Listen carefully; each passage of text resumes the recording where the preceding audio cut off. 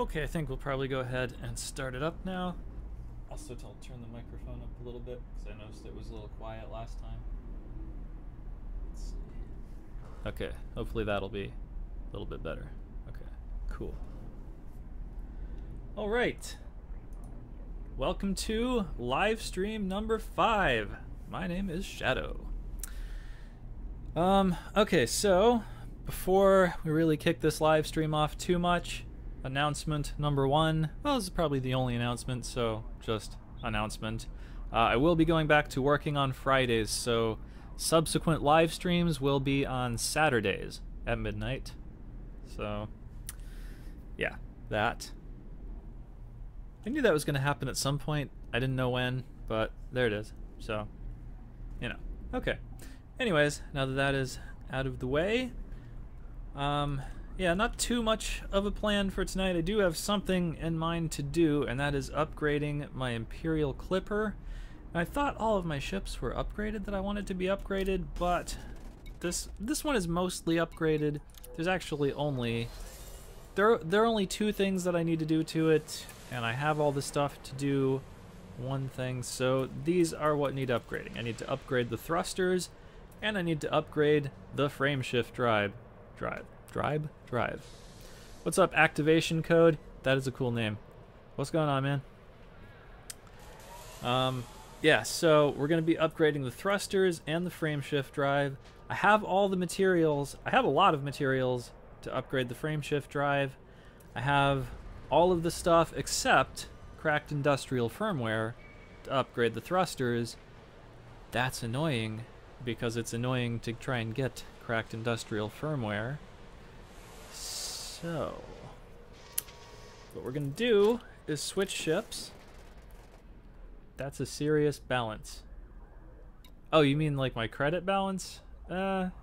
It's you know, I've heard there are people who have like in the tens of billions of credits and stuff. It took me quite a while to get the amount that I have, like 1.3 billion. Like, that was no small feat. But I mean, it's enough. Like, yeah. I need to upgrade my slow-ass cutter. Well, I think cutters are pretty much going to be slow no matter what you do to them. You can upgrade them. Like, I don't own one, but whenever there's a beta, I'll fly one around and, like, fully upgraded and stuff. But, yeah. They're big space bricks, basically. You're rolling in it. Laugh out loud. Well, okay, I guess. I don't know. I'm not here to talk about my credit balance, but what we're gonna do is we're gonna switch over to the Python, because it's cool, and I like this ship. I need better thrusters to match the sleek looks. Well, yeah. Yeah, there is something to be said for the looks of the cutter. It is very pretty, but it's also very hard to get. So, I mean, the fact that you have a cutter, I mean, you've put some time and effort into this game. You know, if you own a cutter, wow. Or, you know, if you're somebody who owns a Corvette even, geez. Like, my big ship is the Anaconda, and I quite like it. I'm not incredibly interested in obtaining one of the other 2 big 3 ships. But if you have done that, and if you're somebody who has both of those, like, not only do you have some serious credit balance, like, yeah, compared to me at least, and yeah, fair enough. Yeah, also, I mean, if you own a cutter, I mean, you probably have some credit balance. Like, fully outfitted, I think a cutter costs 1.2 or 3 something billion, like that, something like that. Shadow, I had no idea that you could outfit the Anaconda to do exploring. Oh yeah, people do it. I don't do it. My Anaconda's all outfitted for combat and stuff. But, what's the guy? Oh my gosh, he's doing the RPG series right now. Wow, his name has completely escaped me. Wolf. Chaos Wolf. There we go. Chaos Wolf. He has, I think he has build videos for, like, an exploration Anaconda and stuff like that. Yeah, he's really the guy to go to for, like, exploring videos. Like, well, probably him and Obsidian Ant. I guess he's a big explorer. I don't think he does the Exploration Anaconda. I think he just does the Asp Explorer. I do the Asp Explorer myself for like traveling longish distances and stuff. But yeah, just for my Anaconda, I do combat. But yeah, you can totally outfit it for exploration. People go like super crazy with it, like putting real small modules on it and like making it real lightweight and stuff. I don't know. You can do it. I don't particularly care for that myself, but you can do it. So anyway, what we're gonna do right now is try and go find some cracked industrial firmware. So basically, having done this before, I recall that there are 2 ways to do it, and if you are watching right now and you have a better way to get cracked industrial firmware, let me know. Say something. Speak up. I need to get some more materials to see Farseer. Yeah, you definitely want to have all your stuff in order before you like make that trip all the way out there. But we are going to be going out there during the stream because I do have the stuff to do the frame shift drive. But anyways, to find cracked industrial firmware, there are 2 ways that I found of doing it.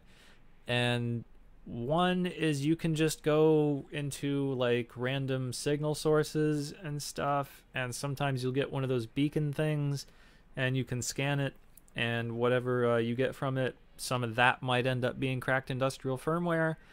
I've probably gotten it that way once or twice, maybe, out of doing that like any random 50 times. So there's not a super high likelihood that you'll get it that way. Let's see. I can't do the coordinates very well, so getting to Dav's Hope kind of sucks. Yeah. There's not a very good, system for using coordinates in place with this game. Basically what I end up doing when I'm trying to navigate around is I just drive around until I eventually end up at the right coordinates. So, yeah. But the other way that you can get cracked industrial firmware is to like go onto a planet that contains some kind of base where you can, scan a thing at like a data network and stuff, and that typically takes longer. Let's see, I did have bookmarked like in my Chrome browser here some places for doing that and stuff, but I don't know if they're even still there or even still valid. Let's see. Medium security settlement list. Yeah, here we go. Okay, so okay, here we go. I've got a list. And I used to, like, before I stopped playing this game for a while, I used to have like this path like down for like driving around these installations and stuff and doing these scanners. However, it's been months. I probably don't know what I'm doing with that anymore. So, I think I'll end up just picking one of these systems off of this list, and then we'll go to it, and then we'll get some, we'll try it and get some cracked industrial firmware. This doesn't always work 100% of the time because, like, RNG and stuff, but, okay, let's put in some systems here and see what pops up. Let's see. Also, let's see how far away these things are. 125 light years away. Now, if I were going to go real far like that, it would make more sense to use the Asp Explorer, but I don't want to. That's boring. I like my Python. I like my Python. So, let's see. What's closer? Nope, this looks like it's farther. 177 light years. I'm basically just going down a big list. Whoop, I hit the wrong button. Nice. Basically just going down a big list of like systems that have the right kind of installations to do this sort of thing. So yeah, I don't know what systems are gonna end up being near where I actually am. So like where I am right now is like not a system where I usually hang around. It's just somewhere where I ended up kind of by accident, and then I just stayed here for a minute. So let's see. Hopefully something's not incredibly far. 110? I think it's going to end up being a long trip, no matter where we're going. This is a high-tech system. You know what? Let's see. What's the base in this system? This is Kruger 60. So it says Kruger 60, B1, Aaron Siegfried Kegel Horizons is the base that we would be looking for in this system. Let's see. Let's see what kind of space stations we have here. 6,000 light seconds away from where we'll jump in. Then, let's see, I guess the base would be on this planet. Let's see. Yeah, there it is. Okay, it's a 3-star one. Well, I guess we can probably do that. Okay, whatever. That's fine. Cool. Alright. Let's minimize that. What platform are you on? Do you mean, like, am I playing on PC or Xbox or PS4? Yeah, I'm playing on PC. But if you mean what space station am I at, I'm at Cogswell Dock. So, okay. Yeah. But PC. I do own a copy of this on Xbox One, but I played it like 2 times because I just can't play this game with the controller. I'm super terrible at that. Okay, 8 jumps to Kruger 60, and yeah, we'll do that. Yep, cool. Yes, it is cool. And if any of you guys want to join me, yeah, I'm in, what system am I in? I guess I'm in SD is the system I'm in, and I'm heading towards Kruger 60. And I'm just on open, so you can totally join up with me if you want. And that is what we're doing. So yeah. Here we go.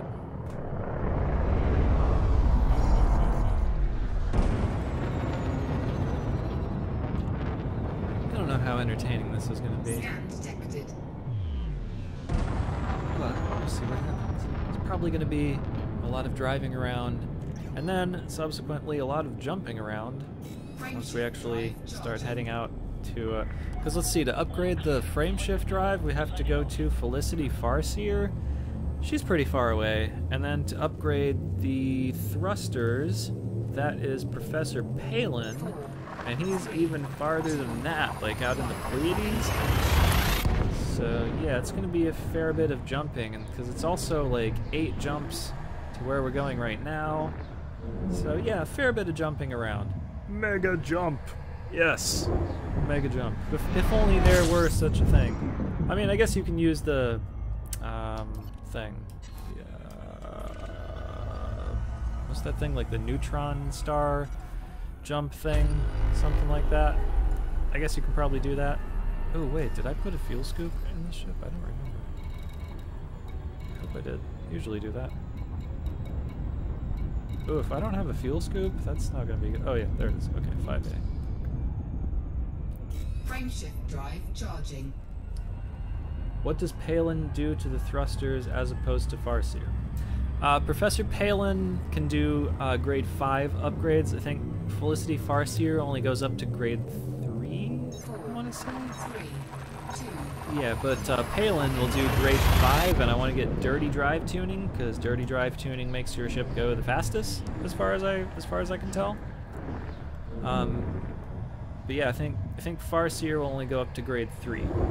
So, yeah. Oh yeah, that's right. Yes. I guess I'm right. Fuel scooping. So yeah, on all of my other ships, including the one we're using now, everything is up to like grade 5 dirty drive tuning. And I would also like to have that on my Imperial Clipper, because that's like the fastest ship that I own. Wow, that thing is so fast. I think if you boost when you're a grade 5 dirty drive tuning, I think I did a video about this actually, like how fast that thing will go. Well, I don't think it was just about how fast it would go, but yeah, something like that. That's what I need. I need to get my cutter up to at least 300 meters per second. Is that possible? I don't know. I mean, I think my Anaconda will maybe go that fast if I boost or something. I'm not really sure. I don't remember how fast that thing goes. It's been a minute since I've flown it. I've been stuck on modular terminals. No Palin for me. It goes 220 now. 220, yeah. Yeah, it's not the fastest ship in the world. Also, modular terminals, yeah, it takes a while to get those, and then like ferrying them back and forth, and just, wow, yeah. No, it's a pain, but I mean, it's worth it, like, once you've done it, because, you know, the stuff that you get access to, yeah, it's good. It's good. Let's see. Boost to 350. Okay, that's not terrible. Well, I mean, it's not amazing, but it's not terrible either. I mean, yeah. I mean, I guess if you're looking for, like, a ship to be like, you know what, I don't actually know. Okay, so I was out of the game. I wasn't playing this game when the 2.4 patch came in, so if I don't know if they actually did that shield nerf thing that was gonna happen. Like, it was in a couple of betas, and they were saying, yeah, we're gonna do this, and then when the actual patch rolled around, they were like, no, we're not gonna do this, it's not in the game. And I was like, oh, thank God. But did they do it? I don't know. I don't remember what any of my shield values were before that. So yeah, did they end up doing the shield nerf? Let me know. So what I was gonna say is, if you want a ship to be like a big shield tank, then yeah, the cutter is probably the way to go, because like class 8 shields, right? You know, it's huge also. But did they do that nerf thing? I don't know. Not sure on the shields. Yeah, me neither. I read well, I guess not all of them, but I read a lot of the patch notes for 2.4 and whatever version we're on now and stuff, and I don't think I saw anything about that, but maybe I just passed over it. I don't know. I mean, looking at my shield. No, wait, that's the wrong thing. I'm about to jump. Okay, well, when I'm not in hyperspace, I'll look at this and see what my shield value is. I think, looking at this ship, that my shield values are pretty much the same as I remember them being, but I could be wrong. I mean, I could be, like, way off. I could be super nerfed, and I probably would never know the difference. Stuff. Let's see. Is that in here? Shield health. Okay. So on this ship, my shields are 1361 with okay resistances and 1229 armor. I think that's where it was before, maybe? Which is better, burst lasers or pulse? I would probably go with pulse lasers and then do the rapid fire upgrade on them. Burst lasers will typically use more power than pulse lasers, and you know, there's whichever way I say, there's going to be a lot of debate and controversy on it. But in my experience, like, a pulse laser with a rapid fire upgrade does more damage and uses less power than a burst laser, but I'm not sure if you can put the rapid fire upgrade on a burst laser now. When I was playing before, there were restrictions on what upgrades you could put on what lasers and stuff. So if you can put like rapid fire on a burst laser, that might be better than a pulse laser with rapid fire. I don't know. Actually, that might be something I might need to do a video about or something. Warning. Temperature critical. That's a really good question. So for right now, while I don't have any more information than that, I'm gonna say pulse laser with the rapid fire upgrade, probably better. But I think I might do a video, and then we'll actually see. Oh, hey, Kruger 60 is the next jump. Okay. I need to switch out some of my beams so my capacitor doesn't drain so fast. Ah, no, you don't need to switch out your beams. You need to put some efficient upgrades on your beam lasers, is what you need to do.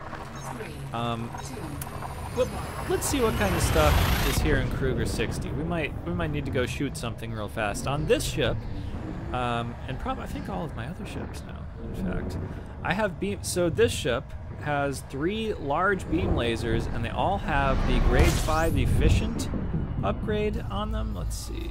I think they do. Hope I'm not saying stuff that's not right. Let's see. Beam lasers. Here we go. Let's see. Show info. Yeah, grade 5 efficient weapon. This thing is great. Not so what efficient weapon? Oh, how do I do that? Okay, so you need to get, let's see, where's that engineer? View engineers. Okay. Who is it that does this? I don't remember. It's one of these guys. It's brute. No, he's pulse lasers. Did I pass it? No, probably not. Oh, I did? I must have. Okay. Somebody's gonna say beam lasers. Pulse lasers. Okay, who does this?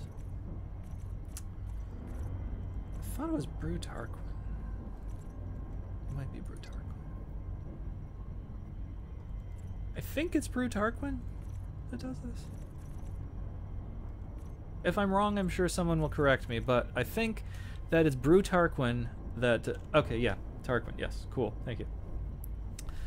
So you need to get grade 5 with Brute Harquin, and it's really not hard to get grade 5 with any engineer. But you need to get grade 5 with him. Let's see, what do you need? It says what you need to do that. So you learn about him from Heratani, so you need to get like grade 3 or 4 or something, or 2 or 3 with Heratani. And to get her, you have to get... there's a whole like chain of stuff you have to do to unlock certain engineers. It's fairly annoying, but once you do it, like you only have to do all these things once, and then you have them forever and stuff. So just do it. And then once you get to Brute Harquin, let's see. So you learn about him from Heratani. You gain access because you have a Pilots Federation combat rating of competent or higher. Okay, and then you give him 50 units of Fujin Tea. Yeah, this part right here, 50 units of Fujin Tea. I think this is one of those things where you can only get, what is it, like 8? I want to say it might be less, but I think you can only get like 8 units at a time or something of Fujin Tea, and then it's like a trip of like several jumps that you have to make to get it to him and stuff, and he's not the only engineer that has a requirement like that.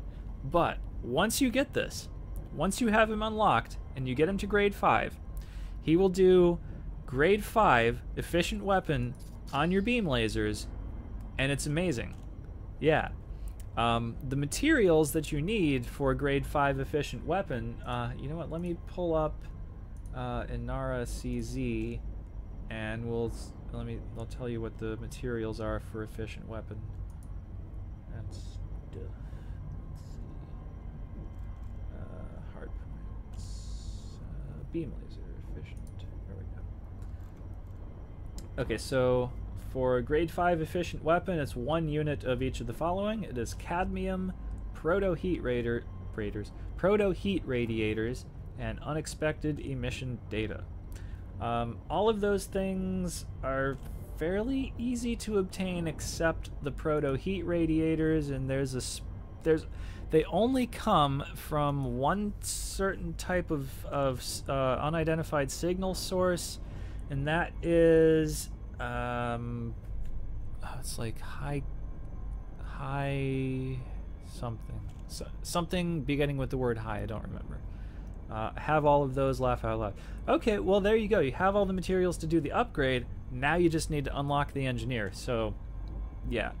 I guess you could switch out your lasers, your beam lasers for pulse lasers in the meantime, but yeah, I would just go for that. Let's see. Here's a signal source. Let's see what it is. Let's check out signal sources maybe. Degraded emissions. That's actually the type of thing that we're looking for. I'm probably gonna get real close to the star doing this. That's probably not gonna be good. There's another guy. Ah, it's Brennett. Oh, no it isn't. He's just online.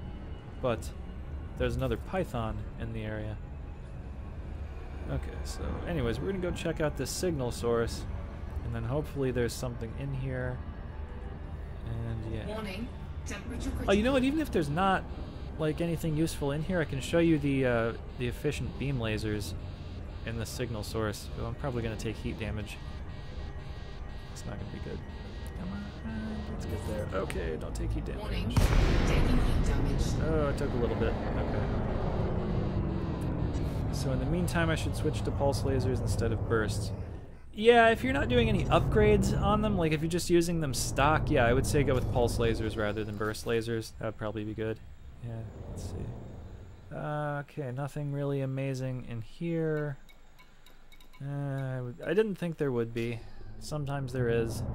Usually there isn't. But, okay, so let me get out my weapons. Exceeded. And then, let's see. We can just fire at nothing, basically. So yeah, beam lasers. I'm sure you're familiar with how much power beam lasers usually suck out of your capacitor. But let's put all the power into the weapons capacitor, and here we go. Look at this. I've done probably several videos where I'm like talking about efficient beam lasers and stuff. And look how fast they're not heating up my ship. I mean, they did heat it up a bit, but I mean, you know, it's like unupgraded. It's usually like you fire them and boom, you're overheating instantly. But look how long that took. Look how long that took. And I still have power. I can even do it again. And look how fast it's taking the capacitor to drain. That is freaking insane. I know, right? These are such a good weapon. Yeah. Like, why would you ever use anything else? Like, I've had thought about putting 2 more of them in. My shit drains in like 4 seconds. Nice. Yeah, well, that's why you need to upgrade them. That's what the engineers are there for. Okay, so anyways, I unlocked my target now. Where was I going? Okay. It was somewhere around here. Oh yeah, here we go. This is where we're going, right here. Okay. I'm going to this installation on this planet, and then stuff. Frameshift drive charging. So we'll go do that. Okay. 4, But yes, 3, that 2, is what efficient upgrades can do for your beam lasers. So I was thinking about putting 2 more beam lasers on this, like class 2 ones, disengage. but I think I tried that or something, and then that was a lot of power drain and heat, even with grade 5 efficient on those also. So I just ended up going with plasma accelerators, which they're okay. What mod do you have on your power plant? Ooh, what mod do I have in my power plant? It's overcharged, and in this ship, it's either grade 4 or 5. It might be grade 5. In my Anaconda, it's definitely grade 5. Let's see. Where's my power plant? There it is. I think it's grade 5. Nope, it's grade 4. It is grade 4 overcharged on this ship. Yeah, so grade 4. Grade 4 will pretty much do you for whatever stuff you need, unless you are doing like one of the big 3 ships, and then you're going to want grade 5. Grade 4, however, produces somewhat less heat.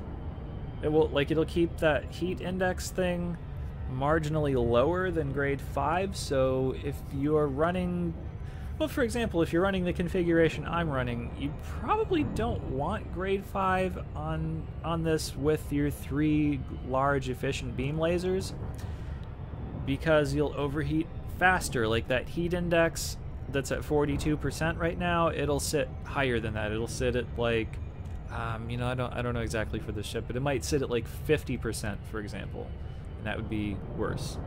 That might explain how fast it begins to overheat.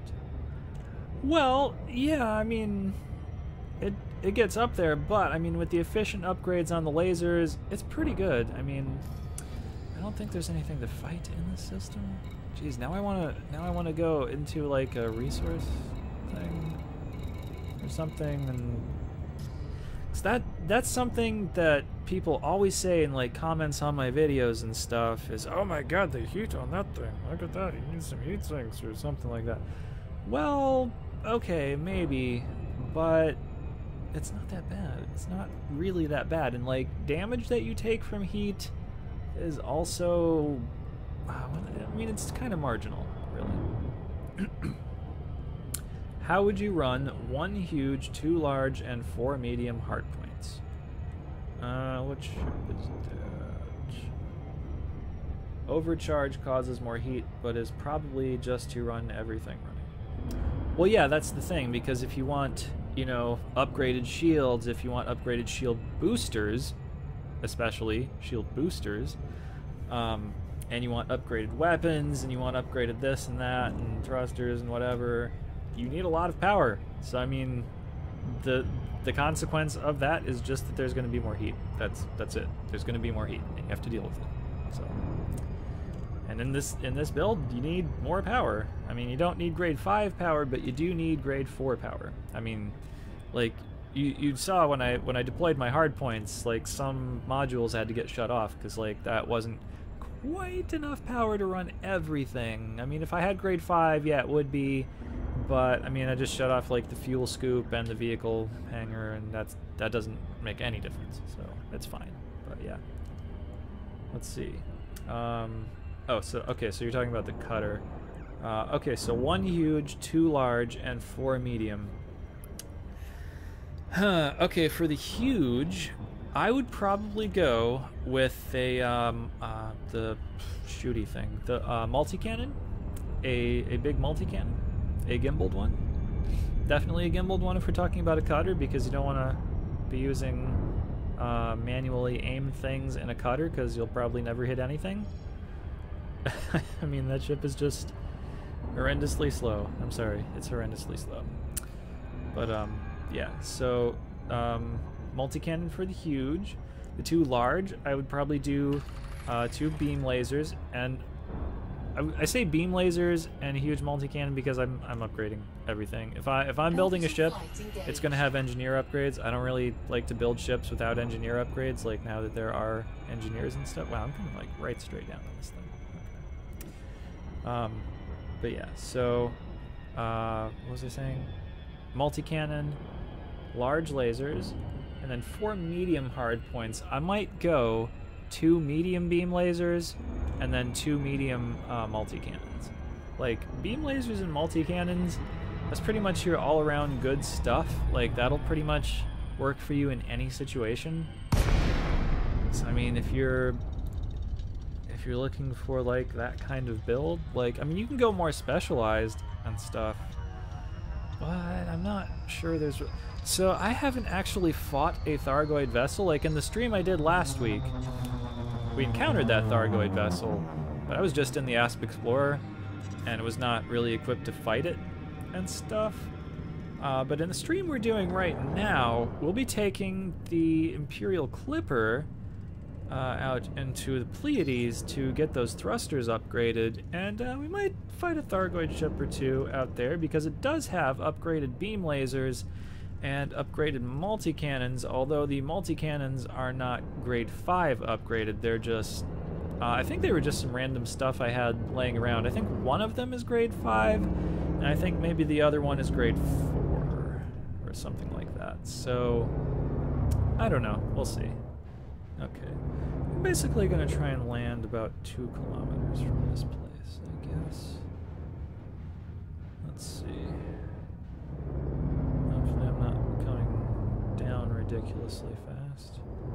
Don't want to slam right into the ground. Warning, you have entered a trespass zone. Ah, damn it. Trespass zone cleared. Okay. Landing gear deployed. Also don't want to land in a trespass zone. That would be not very good. And of course we can't land on unsuitable terrain. Can't have unsuitable terrain, and it looks like that's all that's around here. It's unsuitable terrain. Let's see. Maybe we can land over here. No, unsuitable terrain. Huh, okay. Come on. Come on. Ah, damn, really? Sometimes if you just like move over or something a little bit. I wish there was a tutorial on engineering showing what rolls to keep and what to discard.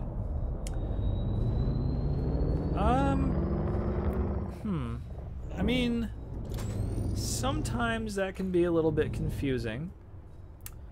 Hey Chris G, what's going on? We're just about to go and try and gather some cracked industrial firmware if I can ever find a place to land at this installation. You know what? Okay, let's let's just fly to the other side of it and try over there, maybe. Let's see. There is a forum post on good RSS management. Warning, you have entered a trespass zone. I've entered a trespass zone.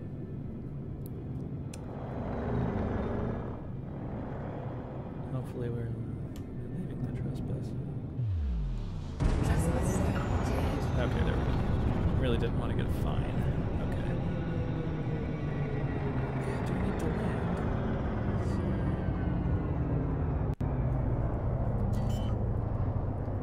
Okay.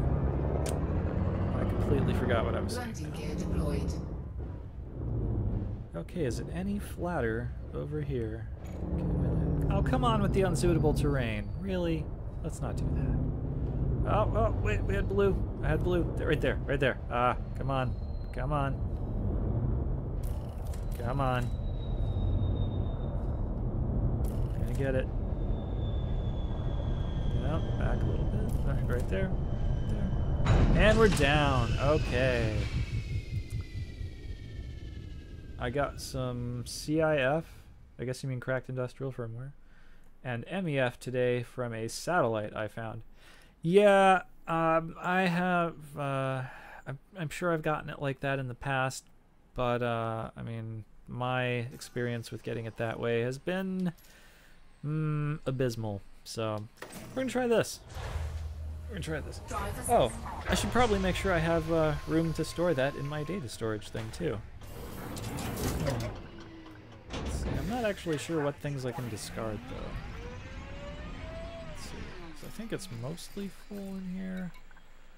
So, things that I have like 50 of, I feel like I need to give to somebody. And then other stuff, I'm not I think we can probably get rid of this, but I don't know. It says very rare, so yeah, I don't know. But I don't, at the same time, I'm not sure what it's used for, and I don't want to look it up. Yeah, the base runs look like the way to go. I'm trying to find ruthenium right now on planet. Yeah, yeah. This is where I've had, I mean, not this particular base probably, but this is where I've had the most luck getting cracked industrial firmware. But even when I get it, it's like, you get like 1 unit of it, and then I'm like, I probably need more than that, you know, let's see. But I'd probably be happy if I got 1 unit of it right now. I'd probably go do the upgrade, even if I only had 1 roll on it or something. I don't know, maybe. Let's see, inconsistent shield soak analysis. We can probably get rid of some of these things. I'm not sure what it's... This isn't used in any of the upgrades we're doing right now, so let's get rid of... How many were there? There's 11. Let's get rid of 6 of these, then we'll have 5 left. Okay, so I've got 13 spaces in here. That's probably enough. I don't think we'll probably end up with 13 pieces of firmware today. So, go to this place. And that is over here, behind the ship. I should probably dismiss my ship, too. Let's see. There we go. Oh. And then I'll just have it come pick me up when I'm done. Ship, I'm done at school. Can you come pick me up now? Oh, and it's real dark. Ah, I'm gonna die before I even get there. Okay, great. Okay, now you guys get to watch me like drive an SRV like super badly. Be right back, Shadow. Okay. Yeah, here we go. Wow, that's... Okay, that's a big drop off. Wow, I parked like 3 kilometers away. I don't think I actually meant to park that far away. I just meant to do like maybe 2 or like something. Like whatever the minimum distance from this place is. Drunk Shadow. Yeah, if only. But no, this is how I drive normally. Yeah. We need to start a fundraiser and give ST a new microphone. Really? You think my microphone sounds bad? I'm actually using a Audio-Technica AT2020. Huh. Why, is it having problems? Does it sound like crap or something? Like, I have some earbuds on, like, it sounds fine. I don't know. Maybe my voice just sounds weird or something. I watched your Anaconda videos recently, some good tips in there, and I like how you broke up each of the parts. Oh, thank you. Yeah, cool, thank you. I think those are probably a little. Oh, I don't know if they're dated now. I mean, I guess that stuff still applies. Like nothing really seems to have changed in 2.4 that I can tell. Only getting the left channel. What? Oh shit! Really? Hang on. Let me mess with this for a second.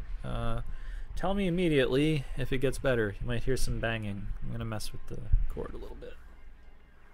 Oh, me too. Which one is this?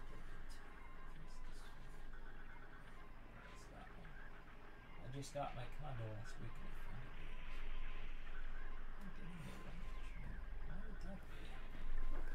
Oh, it might be a setting in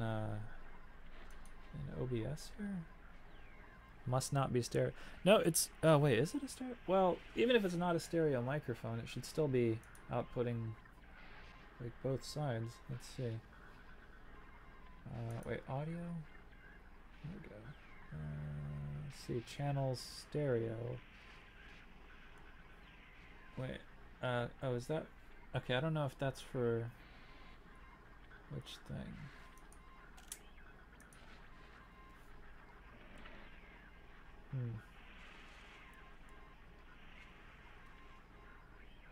Let's see. Stream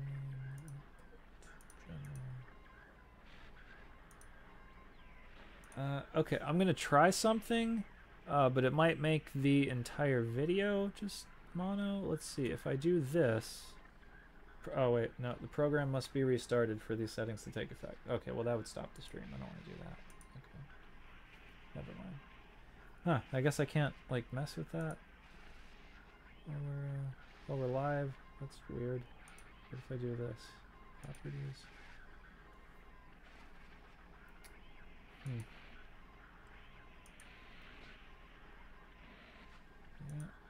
Huh, I don't think I can change that in here. I don't know why it would only be coming out of, like, one speaker or something. That's weird. I've never had it do that before.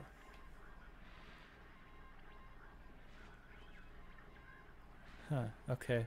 I messed with the cord. I guess that didn't do anything? 'Cause nobody said it was better, so...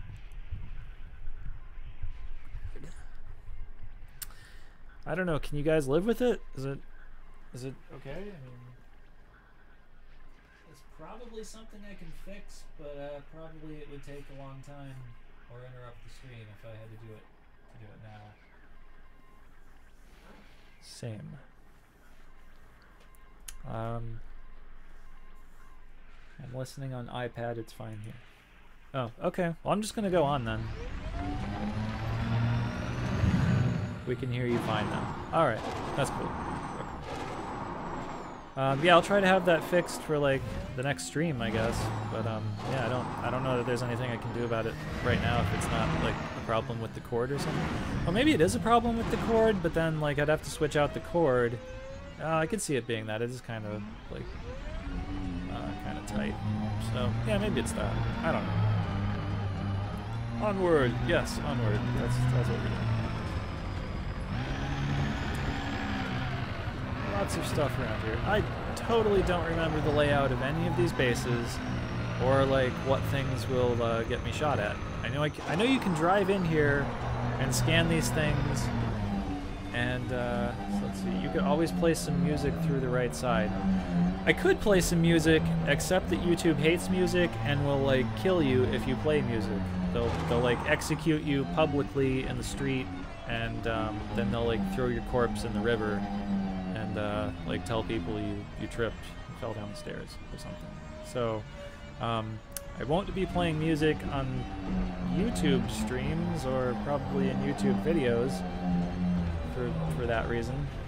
So sorry guys if you wanted to hear music. Let's see. Oh wait a minute, I think I kind of remember the layout here. Okay, so there should be a data point right. Don't worry, just play and bounce. Just play and bounce. Okay, that is what we'll do. Yeah, I think it's... No? Oh, wait. I see it. Activity. Yeah, okay. So there's one... Do I have my lights on? Hang Ah, full beam. Look at that. Hey, lights. I can kind of see. Yep, okay, there's a data point. Okay, actually, I think I might remember the layout of this place. So that means that back over this way. Over this way and to the left. So there should be a data point like up on top of that wall right in front of me, and then there's that one that we just saw, and then there's one up ahead to the left. I think there are 4 in total? Yeah, so, okay. Okay, I think I remember what to do. It's coming back to me. It's coming back to me. There is free music online that you can use. Yeah, there's also free music on YouTube that you can use. However, some of that music has like weird stipulations that you have to do. Like you have to put some thing in the description of the video or something. And like, if you don't do that, then wow, do you get, you know, like you don't get a copyright strike, but you get like demonetized and stuff. And 5-1 in the alley after. Oh, yeah, I vaguely remember. You know, I'm just going to try and do it, and then we'll see what happens. I might have to, like, reset and do it. So, I think what I did in the first time, before was, let's see, where's my jump button? Okay, it's that. Alright, so we try and, like, jump on this wall and go up here. Oh, I didn't quite make it. Okay. I haven't done this in a while. Give me a break. Okay. So we got to jump on the wall. Ah, there we go. And drive up here. And then there should be a data point, like right, yes, there it is, right in front of me. I just saw it in Minnie's video today. Oh, really? Huh, okay. I haven't actually watched this channel in quite a while. The audio sounds good, however, the video has started pixelating a little bit. That would be like the internet connection's fault, I think. I don't know, something like that. Let's see. And then I think it's this. Oh, okay, I kind of remember what my controls are even. Alright, let's see. It's an old video. Oh, okay. Alright, here we go. We are going to start now. Scanning. Okay. So, I guess there are 5 of these. I'll have to do it fairly quickly. Okay. So here we go. And then we jump down from the wall over here. And then go to that one where we just were. And if we scan the core data terminal, I think that's just money. So I'm not going to worry about that, right? So we go over here. And then I think we can hit this one from right here. Yeah. Okay. So we go up. Where is it? Should be right next to it, right? There it is. Okay. So we got this one. Okay, that's 2. Oh, it says 2 of 3. Okay. So then, number 3 should be, I don't remember, I think it's, crap, I don't remember where number 3 is. I guess we should have looked, or I should have looked before I started doing this. Let's see, I don't think it's over here. I think it's in the back somewhere. Probably going completely the wrong way. I think it's kind of over here. I think it's behind this and then like up on the wall, but you can kind of scan it from the ground or something like that, if I remember correctly. I think what we do is pull in here, and then it's up here. We should be able to scan it from... Oh no, it's there, but I can't scan it from here. Shit, and there's only 15 seconds left. Ah, that's no good. Okay, so we'll have to figure out how to get up there. And then try and do that all again, or something. Let's see. Okay, so it is where it is. All telemetry links broken. Crap. Okay. Huh, that's different. Okay, because before you could park down here and then scan it from down here, and that would get you the thing. But okay, now it's up here. Oh, I mean, it's still up here, but let's see. Okay, so I have no idea how to get up there. I have to figure that out. There's an area of this base where if you drive into it, you'll like set off the alarm and everybody will try to kill you. So I guess we don't want to do that. But I'm pretty sure that's at 2 of 3. So there should only be 3 that we have to do, and that should be it. So how do we get up there? See, I'm pretty sure what I did before was just park there and you could scan it. But, yeah, I think if you go in here, then it's trespassing. Let's see. No? Oh, okay. But, oh, yep, there it is. Trespassing. So, oh no, crap! Ah, they closed the door. No, that's no good, I'm trapped. Oh, crap, I might have to self-destruct this thing and try again. Good thing I have another SRV in the Python. Okay. That's not good. Okay, at least they're not shooting at me yet. So maybe we can figure out a way to get out of here. If you guys know how to get out of here, please help me out. This is no good. This is not going to work. Let's see. I'm totally going to get a fine. And I don't think I can jump over this wall. Oh, look. Ah, I can jump over the wall. Yes. Ah. Okay, but I probably needed to be in there. So, shit.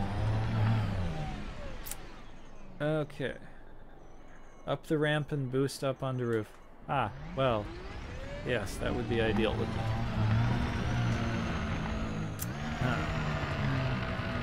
it? Okay. Way to go. Yeah, except that's probably just closed now, and I don't think I can get back in there. Yeah, that was definitely not the move right there. I'm not trapped in there now, but yeah. Let's see. Oh yeah, look, there's even like a little red like perimeter there that shows you where you'll get trespassed and stuff. Let's see. I wonder if there's another data point thing somewhere. I vaguely remember bases with like 4 or 5 of them in there. There used to be like one over this way. So maybe there's one over here at this base? Probably not. It's probably just those 3. Probably wouldn't put in more than I needed if I were you know, the game designer or something. Okay, yeah, so I guess we definitely have to get up there somehow. Let's see, can we jump on these things and then like drive? Oops. Okay, can jump on them, but that didn't work out. Let's see.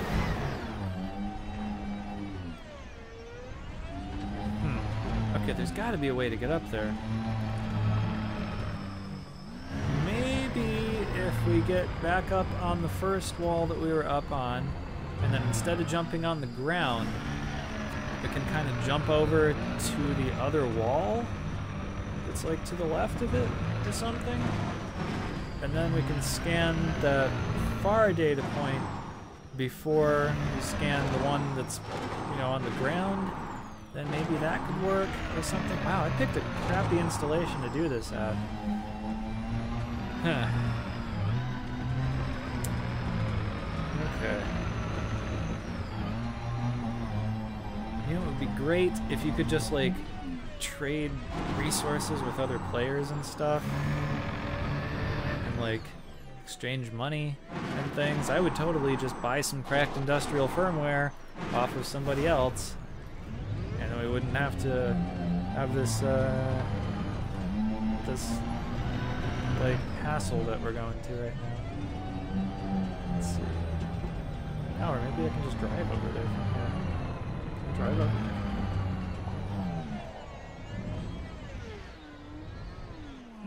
Let's see.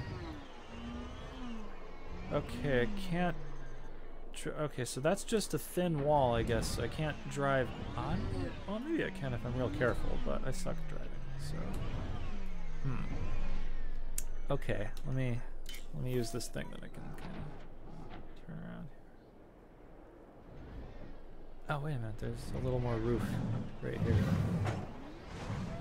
Yeah, some of the problem is doing this at night, and I can't really see what I'm doing. Okay. So yeah, this is not drivable on, but I can jump over it. And then the other data point is right in this direction right here, kind of up on those roofs. So I might get destroyed doing this, but I think I could probably make it. I don't know. I think we'll just go for it and then deal with the consequences. How about that? Ah, crap. I'm gonna have to drive all the way around there. Oh, crap, that was one button. Okay.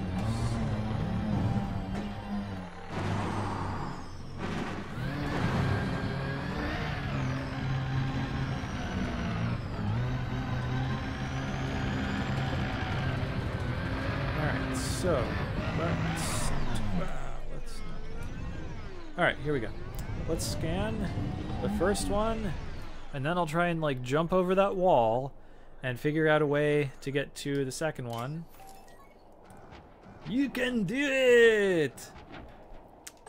Yeah, I probably can. I don't know. But I say that, but I probably won't. But yeah. Okay. So now I have less than a minute to figure out how to do this.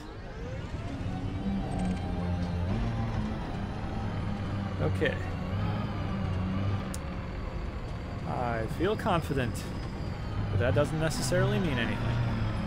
So, we gotta go up here, and then jump for it. And then we're gonna land in the trespass zone. And then, I think we have to go full speed up this ramp, hit the thrusters, end up on this wall, and we shot right over it. Oh, that's no good. That's no good. Ah, crap. I almost made it. Okay, but something like that. Something like that. Yeah, something. Damn. Almost worked. Okay, just my angle of approach was wrong. So, okay. There's got, you know, I'm pretty sure before you could scan that from the ground. That's weird that you can't do it now. Like, maybe I just wasn't in the right position or something? Let's see. No, let's see.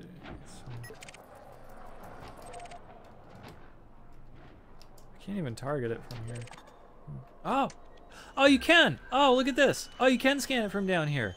Okay, that doesn't do me any good right now. I have to start it. I have to start the sequence over. But okay. All right. Cool. Okay. We got this. We got this. Okay, check this out. I knew you could scan it from the ground. I was like, why would they change that? That's so asinine. That's like a tiny little thing to change, and then you make it so much harder for people to get firmware and stuff. But okay, it's not changed. I just wasn't doing it right. I'm dumb. So, alright. Here we go. I can definitely do this now. Wow. Oh, 50%. That was a big rock. Jesus. Nice. Yeah. Oh, just destroy my SRV as soon as I figure out how to get the stupid firmware. Alright. Okay, here we go. We're actually going to do this, and it's actually going to work. I'm way too close. I can't turn around like that. Okay. That, yeah, this way. Okay. Here we go. Here we go. Alright.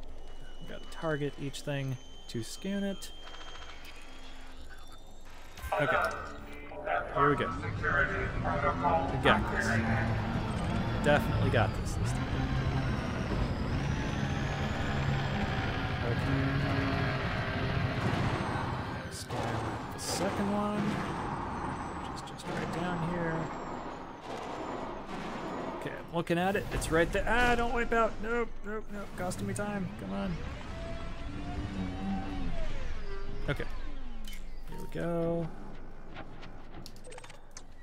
Okay, number 2. Let's get me a little extra time. Go, Shadow. Thank you for the encouragement. Okay, now we got like a minute 20 seconds to do this. We definitely got this. It's this way.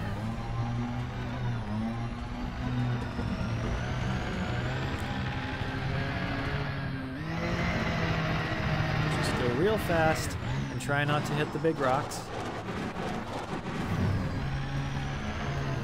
And come around the back corner of the building, the dark alleyway where all the robots are doing drug deals, and park in the little shadowy corner, and there's a data point that I can target. Alright, I can target it. Yes, yes, here we go. Okay, this is number 3. And we're gonna get some firmware. We're gonna get cracked industrial firmware now. Got it. Okay. 2! I got 2! So that should be 6. Yes! Okay. Let's get out of the turret and make sure. Okay. Alright. Data. Cracked industrial firmware 6. Yes. So that means I have 6 rolls on my thrusters for the ship. Great. Okay. Sweet. Now I need my ship. So I don't think I can even. Wait, I'm not doing wrong thing. Recall ship. Here we go. Okay. Hopefully it doesn't try and land on the space. That'd be bad. Let's see where it decides to go before I start.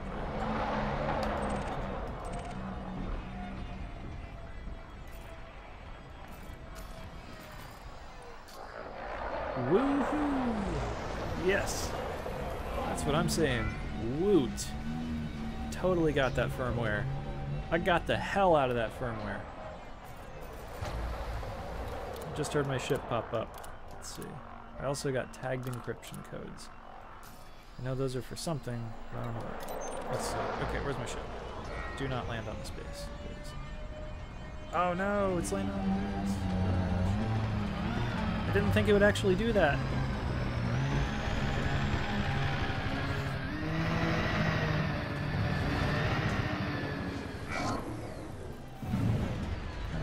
That's not good. That's not good. I did not think my ship would come down that close. I bet it's going to get fired on.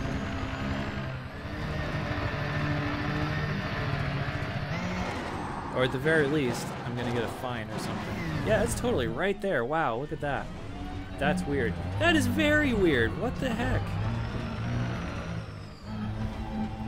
Why would it even do that?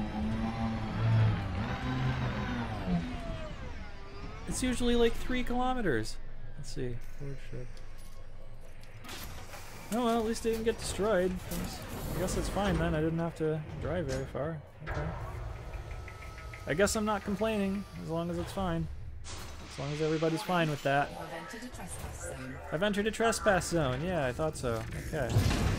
Let's get out of the trespass zone. Landing gear retracted.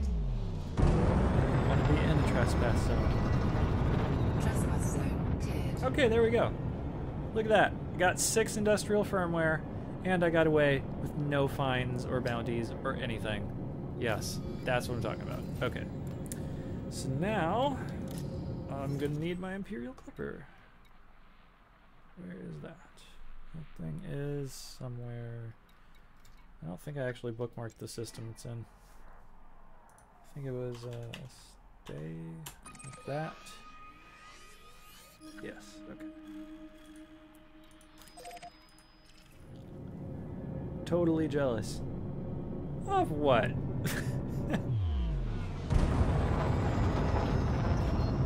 That wasn't like some miraculous feat. Lucky recall. Yeah, I'm lucky that my ship wasn't just like destroyed out of hand. Like that would have been bad. Ready to engage. Line of destination. Oh, are we just gonna jump from here?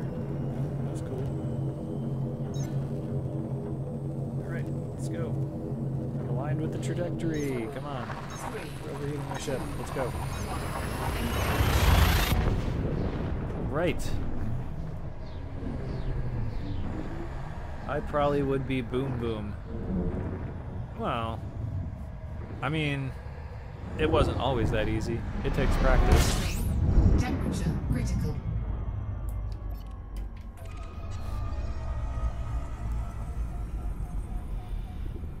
Seven objects. And another 13. Okay. Frameshift drive charging. Okay, let's see. So it's going to be 8 jumps to go pick up the clipper. And then it's probably going to be 20 or 30 to get out to Professor Palin and stuff. Oof. I mean, I guess we'll stop at Felicity's place first and upgrade the frame shift drive. But even so, I don't know. It's going to be some slow going. So.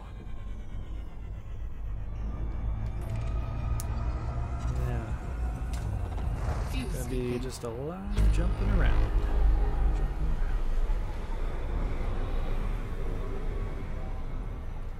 Fuse scoop disengaged. Frame shift drive charging. Huh, okay. How many jumps is it back? It's 6 more jumps. So it's 6 jumps, and then I'm gonna guess it's gonna be about 30 jumps. 4, 3, 2, 1. Need Stargaze? What's Stargaze? Gate. Oh, Stargate. Yeah, okay. That would be completely helpful. Yes.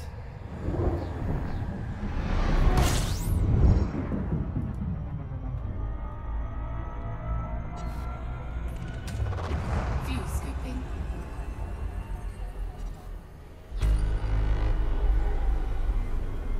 But I wouldn't want like an evil, oppressive alien Fuse race disengaged. that comes with that. Well, I guess we kind of have that in this game. Well, I mean, I guess we don't know they're evil and oppressive, but you know, stuff like that. I also wouldn't want a little snake thing living in my stomach. That'd also be weird. 4, 3, 2, 1.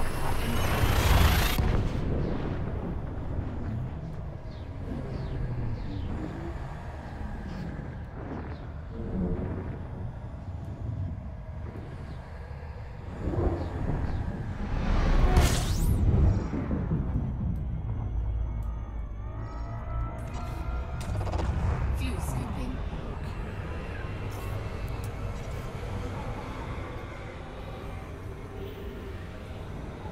Okay. Warning. Signal Temperature source. critical. I got like 5, no, 4 more. Fuse scoop disengaged. Okay, cool. Frame shift drive charging. So how are all of you guys doing? And stuff. Thargoid baby in your stomach, rather.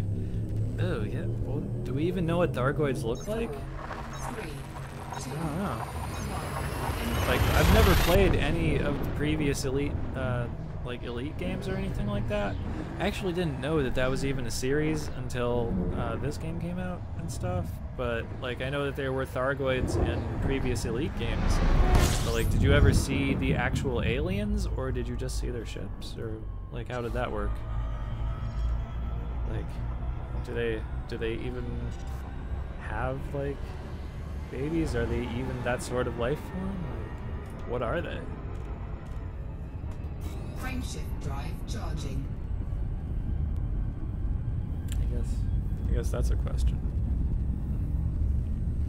Oh wow, speaking of aliens, man, I totally just found out about this guy called Bob Lazar. 3, Wow, I bet like talking about this on the internet is gonna get me like flagged by government agencies or something. But yeah, I totally found out about this guy called Bob Lazar, and like I wasn't like going digging for like UFO stuff or anything, but I was just listening to like the Joe Rogan Experience, the podcast, and he had this guy on whose name I forgot, but he was like this dude from Blink 182, and apparently he's like this huge UFO enthusiast type dude, and now he claims to be like working with the government and like UFO stuff, and I don't know how much validity there is to that or anything, but my ship is going to overheat, and you know, I thought that guy was kind of like nutso, but then he totally started talking about this dude called Bob Lazar, and I'd never heard of him before, and they played a clip like of a video where he was doing like an interview or something, and now I can't remember what he was talking about in that clip, but I was like, oh, that guy. Well, basically, Bob Lazar was Joe Rules. Yes, Joe Rules. Like, Joe Rogan is the man. I fucking love Joe Rogan. He's amazing. Anyways, Bob Lazar was this guy who was like a scientist at Area 51 in the late 80s, right? And he claims that they were doing research on... You know, I'm not actually clear if it was an alien spacecraft or if it was a spacecraft that the military built based on alien technology. I'm not really clear. But he was supposedly a scientist. He was supposedly the lead scientist, like in charge of that project for like 6 months or something. And then I don't know what the story is, like why he left, but he left. And then, you know, like this is when, I think this was like 1989 or something, and then he went to like a TV station and made this video, like this presentation about like everything that was going on at Area 51 at that time and stuff. And this is like when Area 51 was still secret. If you said Area 51, like people would be like, oh, that doesn't exist, that's not real. But I mean, like now, like yeah, Area 51 is totally a real place. Like at some point the government like admitted that. I don't remember exactly when, but so let's see. Oh, I'm here. Hang on, let me find the station I was trying to go to.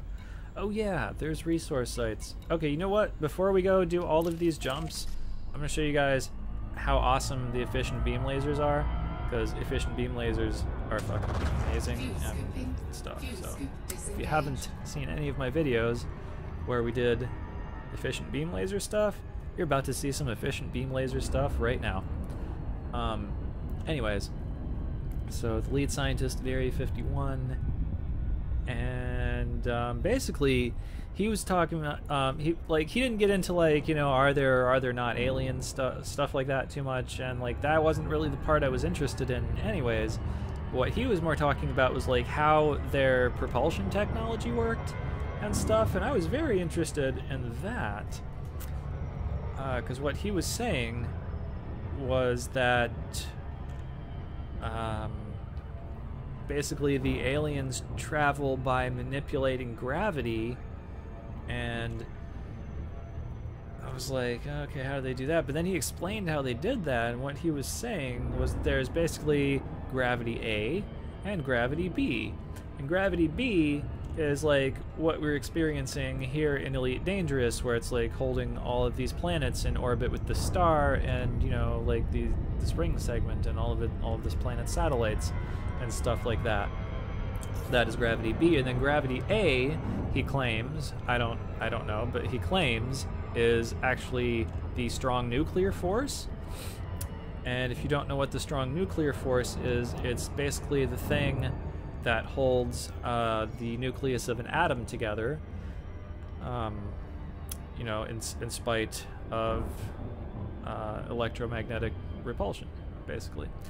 But he was saying that that is actually a form of gravity and that they can amplify that and stuff, but they can only do that if they have this thing called element 115, which I think they actually have synthesized several atoms of in the recent past or something, but he was claiming that they had like a couple 100 pounds of it or something like that.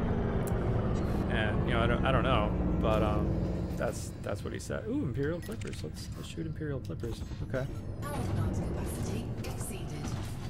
So I was very interested in that, but like I didn't know enough about the science of that to, you know, validate it or whatnot. So basically, let's see, did I deploy my weapons? I don't remember if I did. I don't think I did. Yeah, okay, I already did. Okay, wanted. I'm not gonna scan him. But here we go. These are the efficient beam lasers. Behold the power. Scan detected. Under attack. Watch his shields fall. He can do nothing before the might of the beam lasers. Look at that. It was like he had no shields. Like, boom. His shields were just gone. And like, basically nothing happened to my ship. Like, my capacitor didn't drain, like, very much at all. Wow, I'm terrible at piloting this thing.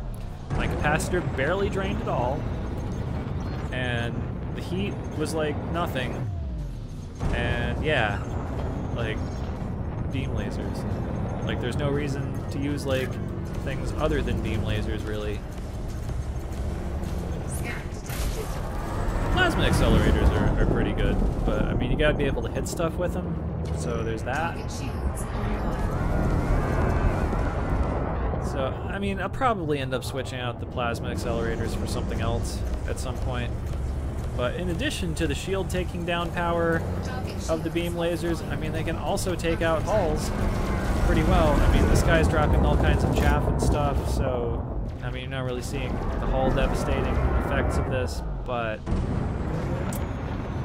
yeah, you know, it can do it. Like, if you would just stop dropping chaff, which I don't think NPCs should be able to do. I know there are people who are going to argue with that and stuff, but look how annoying this is. If you're fighting a player and they want to drop chaff, fine, that's a player. They can do that. But NPCs, no, come on. Drop chaff, that's so annoying. I just want to kill you. Don't make this harder for me. You shouldn't have a survival instinct. Come on. What are you doing? Wanting to live? That's asinine. Anyways. So yeah, beam lasers.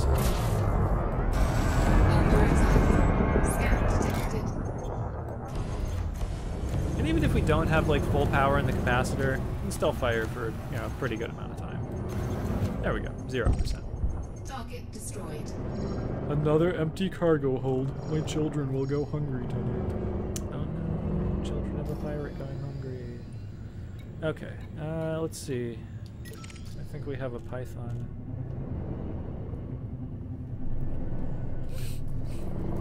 Yeah, so I didn't know that much about the science behind what he was saying, so last night I watched this really in-depth video about the strong nuclear force where a dude was like explaining with calculus like how that worked and stuff. And there wasn't really anything in there to, you know, disprove what Bob Lazar was saying, but I don't know. I don't know. I think I still don't know enough about it. But it was very interesting. So if you guys have never heard of Bob Lazar, you should totally look up Bob Lazar if you're interested in like UFOs and stuff. Which I'm not typically someone who's like interested in UFO stuff. I'm usually like, UFOs, get right out of here. But I don't know, just something about that. Do you use flight assist on off? Oh, you know what? I completely forgot that flight assist existed. Ah, yeah, totally forgot about that. I do use that occasionally. I don't always, try not to, but yeah, you can. You can do it kind of like this. Yeah, it's handy. Oh, look, I actually hit stuff with the plasma accelerators. That's great. Okay. I think this will be the last dude that we kill, and then we'll just go pick up the clipper and do the rest of the thing that we're going to do. Also, sometimes what happens is when I turn the flight assist back on, I'll be going backwards for some reason, and that's real annoying. Under attack. Flight assist on. No, I don't mean like I'll be drifting backwards for a second until my propulsion kicks back in. I mean like I'll actually be going backwards. So, I don't know if anybody else has that problem, but I sometimes have that problem, and so yeah, I don't know. 0%. Look at that. So, that happens to me too. Okay, so it's not just me. Weird. Anyways, okay, so yeah, efficient beam lasers. There's a small demonstration. I'm not like an amazing pilot or anything, so you know, I'm sure someone who is better at flying ships than me could do that better. But yeah, let's see. Okay, what station is my ship at? Scan detected. That's Cogswell something, right? Cogswell Dock. But it's way over here. Okay. Scan detected. Oh yes, you are. Oh yes, I am one. An amazing pilot? Approaching.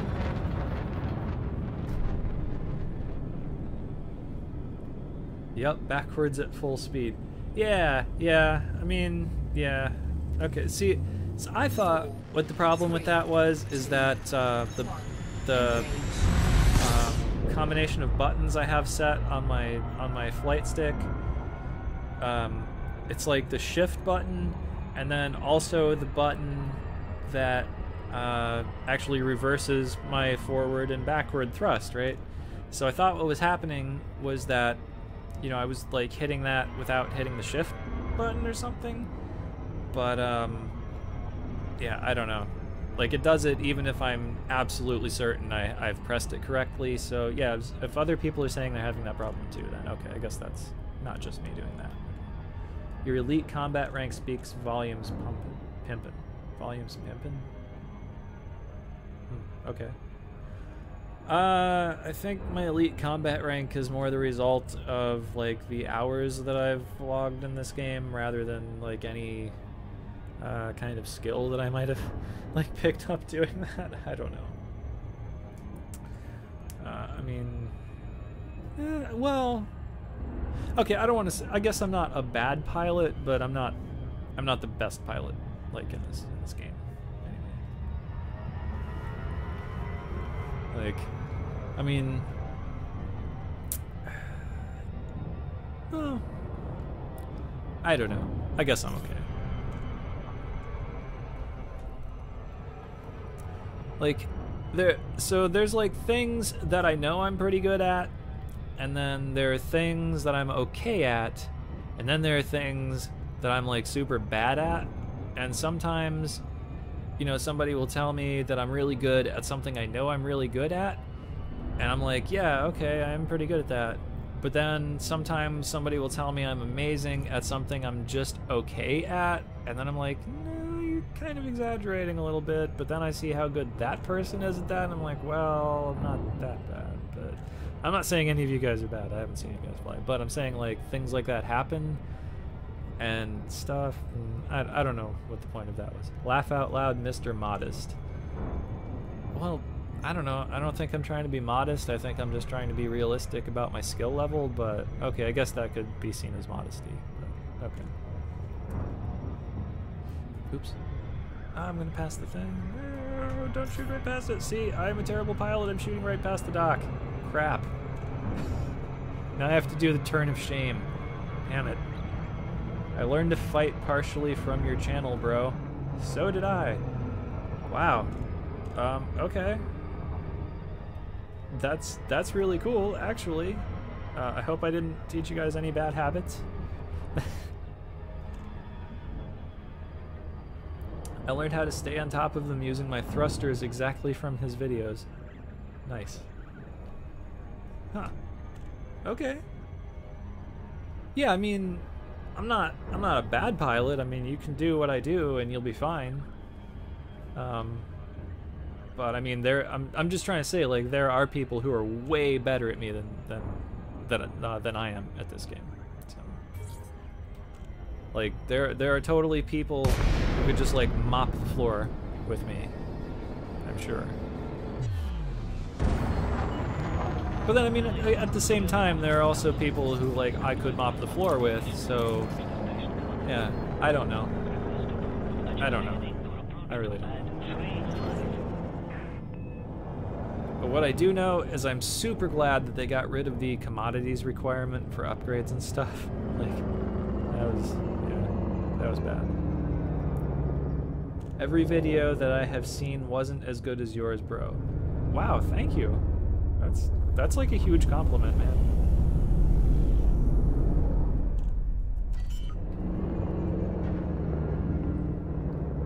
See, like, making videos is one of those things that I think I'm fairly good at. So, yeah, thank you.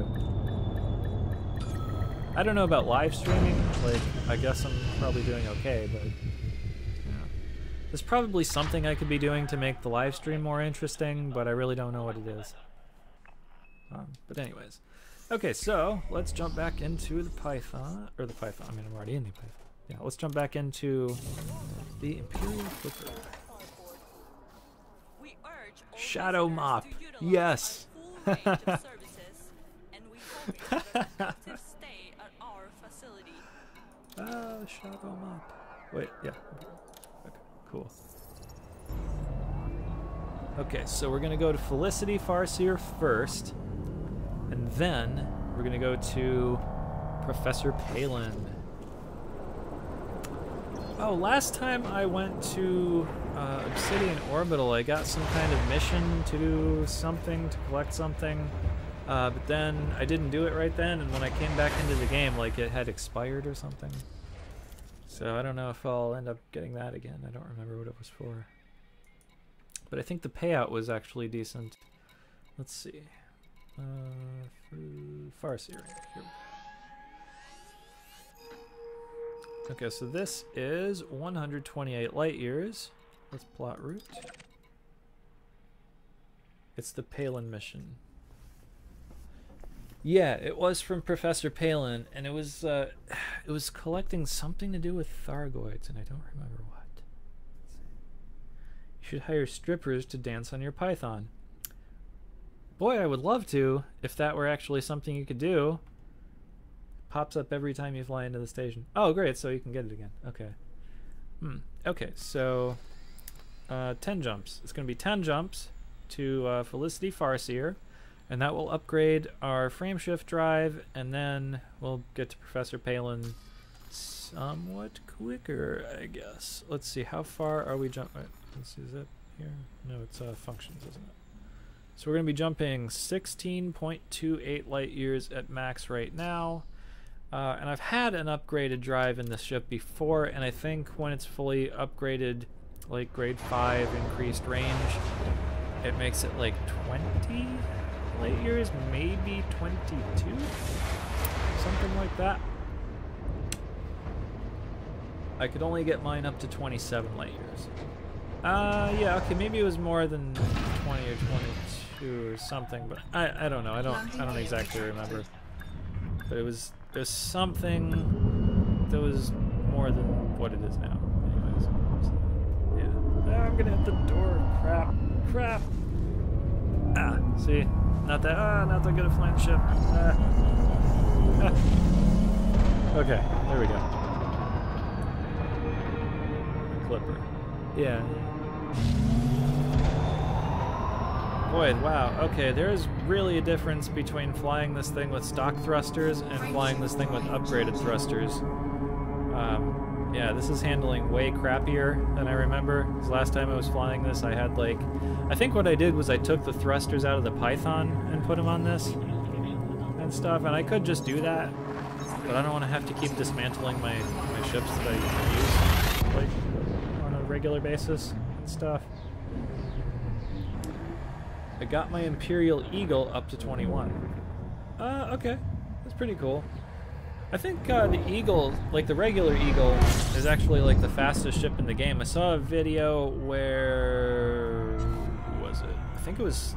I want to say it was like Scott Manley? Maybe it was... did a video where he got the regular Eagle up to like 800 and some change meters per second or something like that. That was freaking crazy, and he was like flying it through a trench on some planet and stuff, and it was just crazy fast and stuff. This ship doesn't go that fast, but it does go pretty fast. I haven't really tried like taking everything off of it and just having a big pair of engines mounted on it, but yeah, I don't know. It can go pretty fast. Off subject, but what's your opinion on the Fed Corvette? And then I am trying to set my Eagle up as a nano explorer with materials. My opinion on the Federal Corvette? I'm not a fan of it, really. It's okay. It's a big, powerful ship. You can put weapons on it and shields and all of those things. Ooh, Class L. I'm gonna need somewhere to fuel up pretty soon. Mine flies like a bigger Python with Thor. Yeah, I guess so. I guess the Federal Corvette is somewhat more maneuverable than the Anaconda when you have the thrusters fully upgraded, and the shields are more powerful, or the shields can take more damage, and I don't know. I think the firepower might be about equal, maybe. I could be wrong. I think it might be maybe a slightly more lethal ship or something. But in spite of all of those things, I don't like it, and I don't like it because it looks like a big space penis. I'm sorry, it just does. Frameshift drive Class T! Nope, we can't jump to a Class T star right now. Yeah, we definitely need fuel. So we're gonna hit the galaxy map and find... Oh, wait a minute. You know what I can do is we can just plot a route that only takes us to fuelable stars, actually. Let's see. Filters. Here we go. We can filter by star class. So we just go... Let's see. O, B, A, F, G, K, M. So we just take off everything but those. And then we replot the route. Let's see. Which is here. Okay. So now my next jump should be a fuelable star. Frameshift drive charging. What? Oh, it's taking me the same place. I guess I have to completely change it or something. Let's see. Okay, let's do this. Plot route right there, and then we'll come back over here, and we'll plot route to Farseer Inc. That's the same place, isn't it? Frameshift Yep, drive Class T. charging. Crap. Would you prefer the Cutter over the Clipper? Nope. The Cutter is pretty, and yeah, it's very nice looking, but it's a big space brick. It can't turn worth crap, and it's real slow, and that's just not how I roll. So yeah, that's why I like the Clipper. The Clipper is very fast and turny, and it doesn't have the best firepower ever, but you know, it's okay. Let's see, Class G star. Okay, let's go right here. Frameshift drive charging. So yeah, no, the Clipper is good for like out of the range of Imperial ships that are available. Clipper is my favorite. The Cutter is only for running cargo or huge passenger missions. Yes, but I mean, then if you just want to do cargo, like you can. Well, I guess the Cutter holds more cargo than an Anaconda, but yeah, okay. So yeah, okay, for doing cargo. Yeah, Cutter, but I hate doing that. I hate trading. That's super boring. I wouldn't play this game at all if that's what I had to do to get by in it. So let's fuel up at the star. You know what? I should have stuck the bigger fuel scoop on this ship. In fact, I might do that. Is there a space station in this? Let's see. I'm sure there is. Griffin Dock.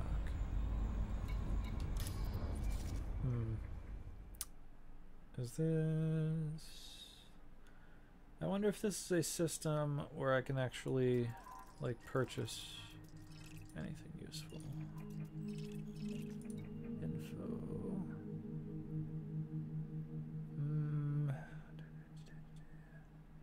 You know, there's no way to tell from this, I think. Oh, industrial. Well, you might be able to get like a Class 6A fuel scoop there or something. I don't know, maybe. I've seen some pretty nasty PvE cutters. My favorite combat ships are Conda, FDL, and Python. Facility says refuel. Fuel scooping complete. Yeah, it does say refuel, but I just refuel at the start, Warning, and then it's fine. temperature critical. And then I'm going to fly away from it a little bit while I go to the galaxy map and replot my course. Which is probably still going to take me through that... oops, not that place. Okay. Probably still going to take me through that T-Tari star, I would imagine. Well, actually I did jump to a different system. Frameshift drive charging. Ah, but Class T, so, okay.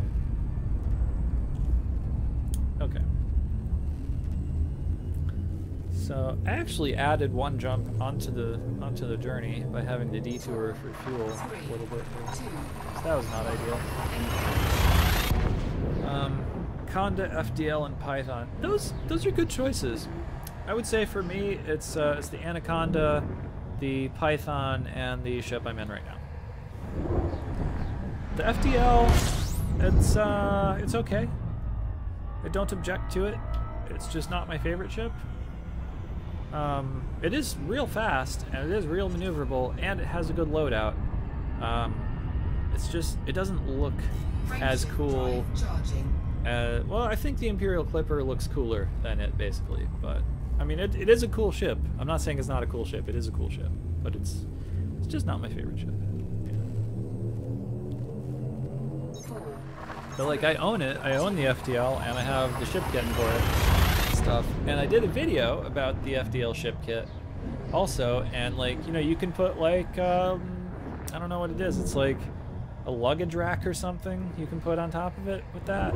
Or some people were saying it looked like an air conditioner. Yeah, it could be either one of those things, I guess. It's up to your imagination. I'm gonna need some more fuel, so... I guess, stuff. Let's see.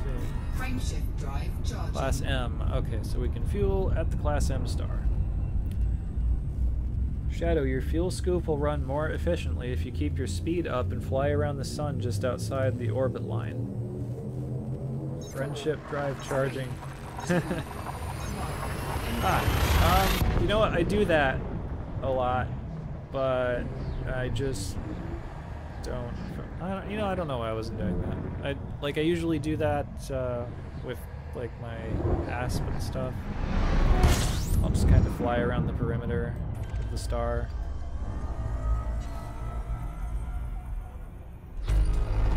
Fuel scooping. But yeah, okay. Let's do that.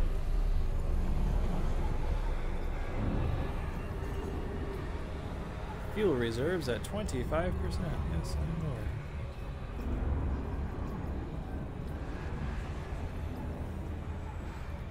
Warning. Temperature critical. Yeah, no. See, I'm also not super good at using the fuel scoop, Disengaged. but most of the problem in this case is I did not put a big enough one on this ship. Hello again, Corey Marker. Welcome back to the stream, if you left. Fuel scooping. We're just fuel scooping really badly at this star right now. Totally on the way to Felicity Farseer and then Professor Palin. So yeah. I don't know that you've missed anything incredibly exciting. Warning. Temperature critical. Okay, we're just gonna go. Let's do the jump. Here we go. Okay. Beyond the way. Fuel scoop. Oh, it's only 3 more jumps. Probably fine. I fly under the sun and keep it just above my screen. It's hard to play and not freak out about your sounds. Yeah, see, I know what you mean. Frameshift drive charging. Usually what I do when I'm flying the ASP, which actually has the right size fuel scoop to refuel it fairly efficiently, is I'll keep the star on my left and then just kind of skirt around it and stuff until I'm ready to jump. But it works good in that ship. Oh, good.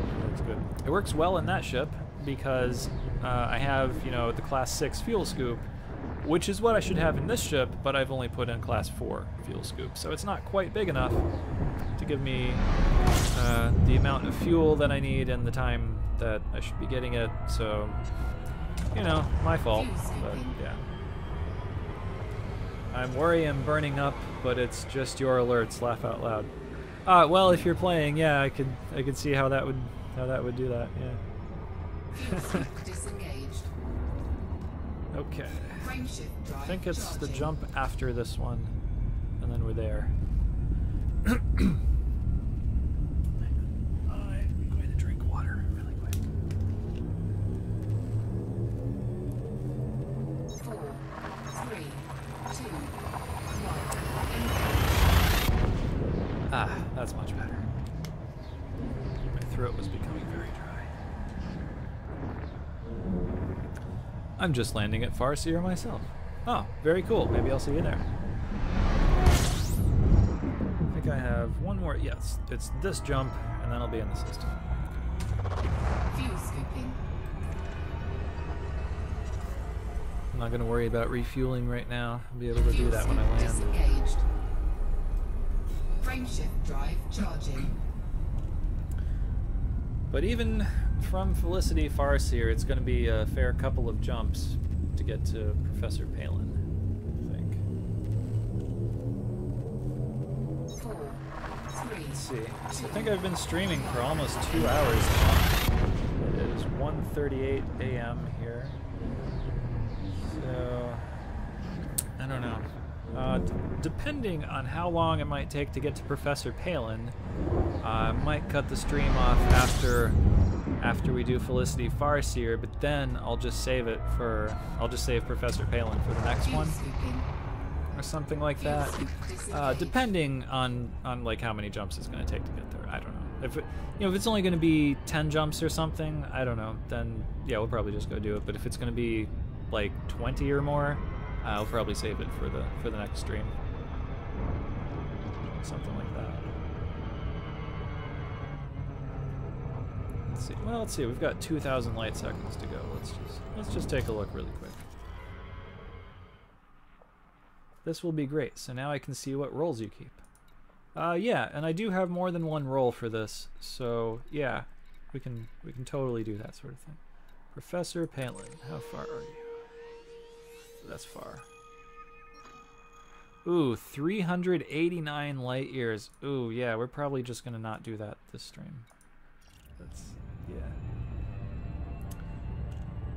Can you explain it a little when you do it, Shadow? Yeah, absolutely. I can totally explain it. Like a mini engineering tutorial. Yeah, I kept meaning to do like some kind of engineering like a general engineering tutorial that like applied to all engineers, and then I just lost interest in the game and stuff. But yeah, I might also make just like a specific video about that. But yeah, no, we'll definitely explain that stuff. Does Felicity Farseer have a shipyard? I don't think so.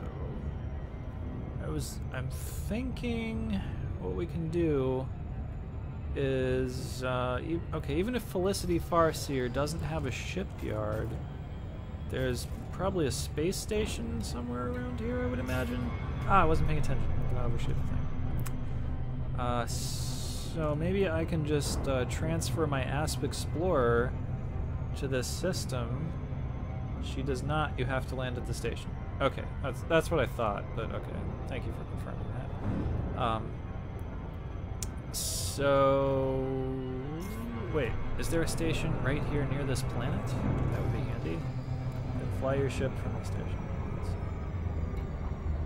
Okay, hang on. Let me see where the space station is relative to Felicity here. Okay, I'm actually... Okay, so Garay Terminal is where we go for space station stuff. There is a station in the system. Okay. Here's what we're gonna do. We're gonna go to the space station, and we're gonna land there, and I will transfer my Asp Explorer, which can jump almost 50 light years, to this system, and then, while that's being transferred here, we will go to Felicity Farseer and do the FSD upgrades, and I'll totally explain all the stuff about that. And then, while we're doing that, my Asp will be on its way here, so stuff. And then, if that gets here, by the time, this is the stipulation, if it gets here, by the time we're done doing the FSD upgrades, we'll just take the Asp to Professor Palin and then transfer the Imperial Clipper to... Oh, wait. There's no shipyard. Crap, there's no shipyard at Obsidian Orbital, is there? Crap. Ah, wait, but there is a shipyard in a system near Maya. It's called Solano or something. It's like 1 or 2 jumps, maybe 3. Okay, so we can jump the ASP over there, transfer the Clipper to that station, and then jump to Professor Palin that way. Yes. Something like that.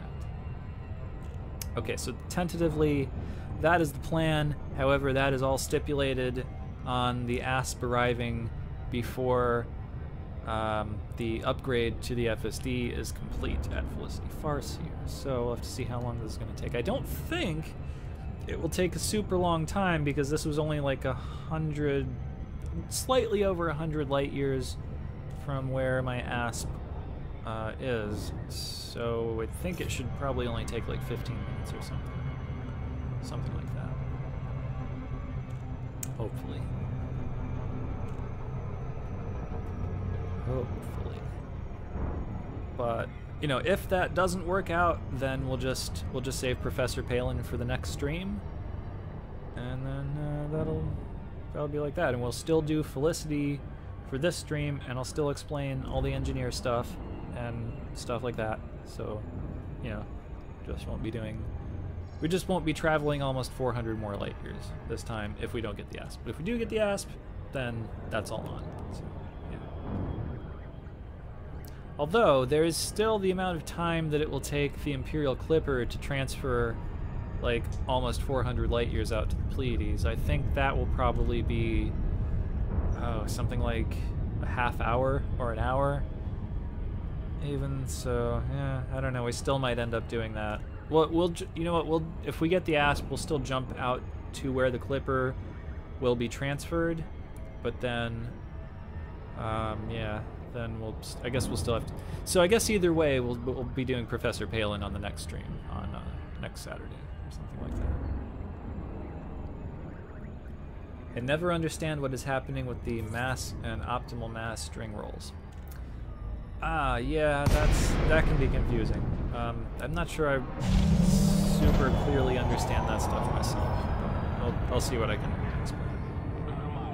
And multipliers and all of that crap. Yeah. No, I wish it were more clear what was happening. I wish it were more clear what was happening when you were making all those rolls and stuff. But yeah, it is what it is. So just have to deal with it, I guess.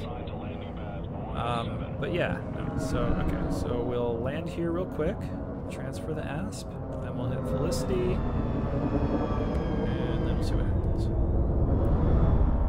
And I think at the beginning of the stream, I mentioned that the next live stream will be next Saturday because I'm going back to working on Fridays again, starting next week.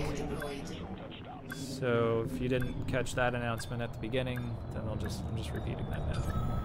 It's going to be on Saturdays from now on. But it'll still be like midnight, I guess, unless anybody wants to suggest a better time, which nobody has done so far. And there might actually be an actual video during the week. I think I have something planned, but I don't think it's going to be an Elite Dangerous thing. I think it's probably going to be more like a Warhammer 40k thing or something like that. Let's see. Where's my ASP? Here we go. 26 minutes for the ASP. So probably we won't be jumping out there tonight.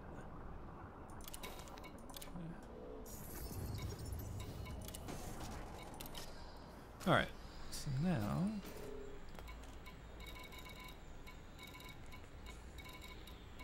Put this to. Yeah, okay, let's just go to the system map.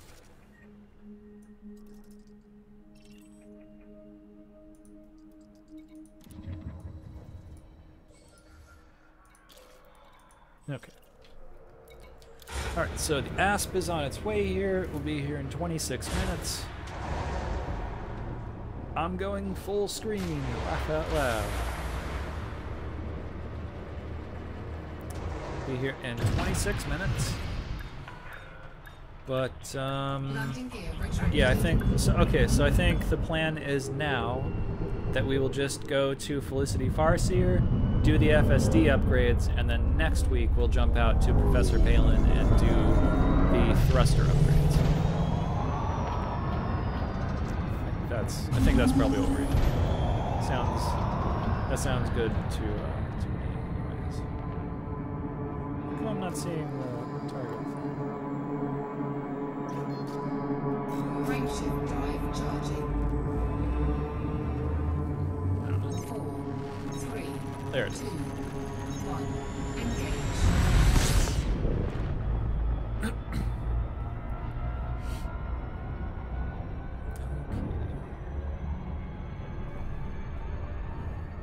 What else is in this system? An Imperial cutter and a Federal assault ship.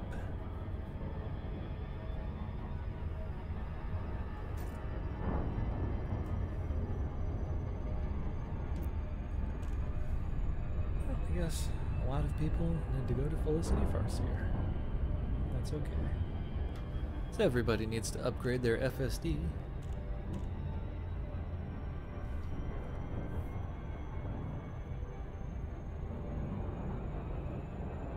Okay, what is the difference between a triangle and a square on the radar for player icons? I've probably seen that before, but I'm not sure I know what that means. Is it like the size of the ship? Maybe, I don't know.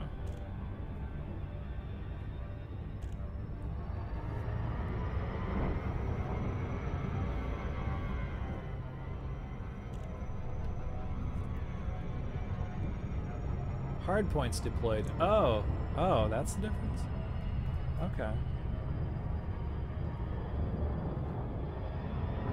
So I'm guessing the triangle is hard points deployed, and then the square is like not hard points deployed. I guess something like that.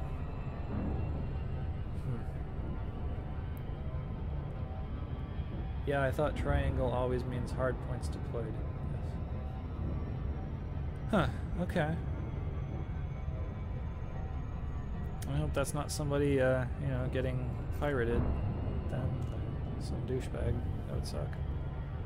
Viper Mark III. Oh, lots of people over this way. Cobra, cutter, assault ship, Viper. I hope I get a place to land. Yeah, you got it, dude. Yar. Yar. Every time somebody says Yar, it reminds me of Steve the Pirate from Dodgeball.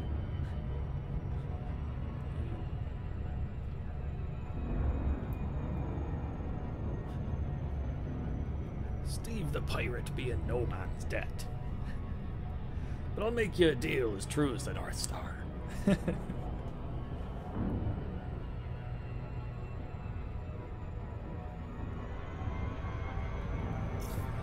Okay, almost there. I'm just gonna spin around in circles. See how nauseous I can make everyone on the way. Wasn't he in Firefly? Yes, he totally was. He was Wash in Firefly, and he was the only member of the crew that died in Serenity. Oh, I mean, unless you count Shepard, but I mean, well, I guess he was a member of the crew. Okay, so he was the second person to die. Yeah, okay. Yeah, I guess Shepard Book was a member of the crew. But he wasn't actually a crew member in Serenity. He was just, well, I guess he was technically a passenger, but I don't know. I don't know what the deal is.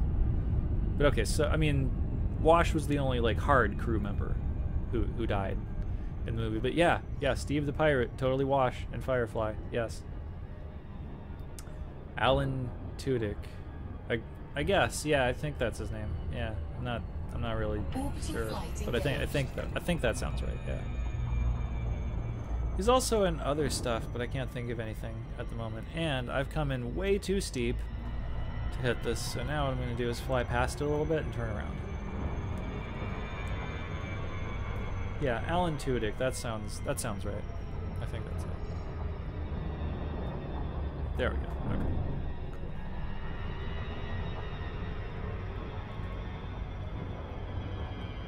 What else is he in? He's in quite a lot of stuff, and like every time I see him, I'm like, oh, it's Wash. Yeah, because like the first thing I ever saw, don't drop out there. Crap. The first thing I ever saw him in was Firefly, and I was like, this guy's amazing. and stuff.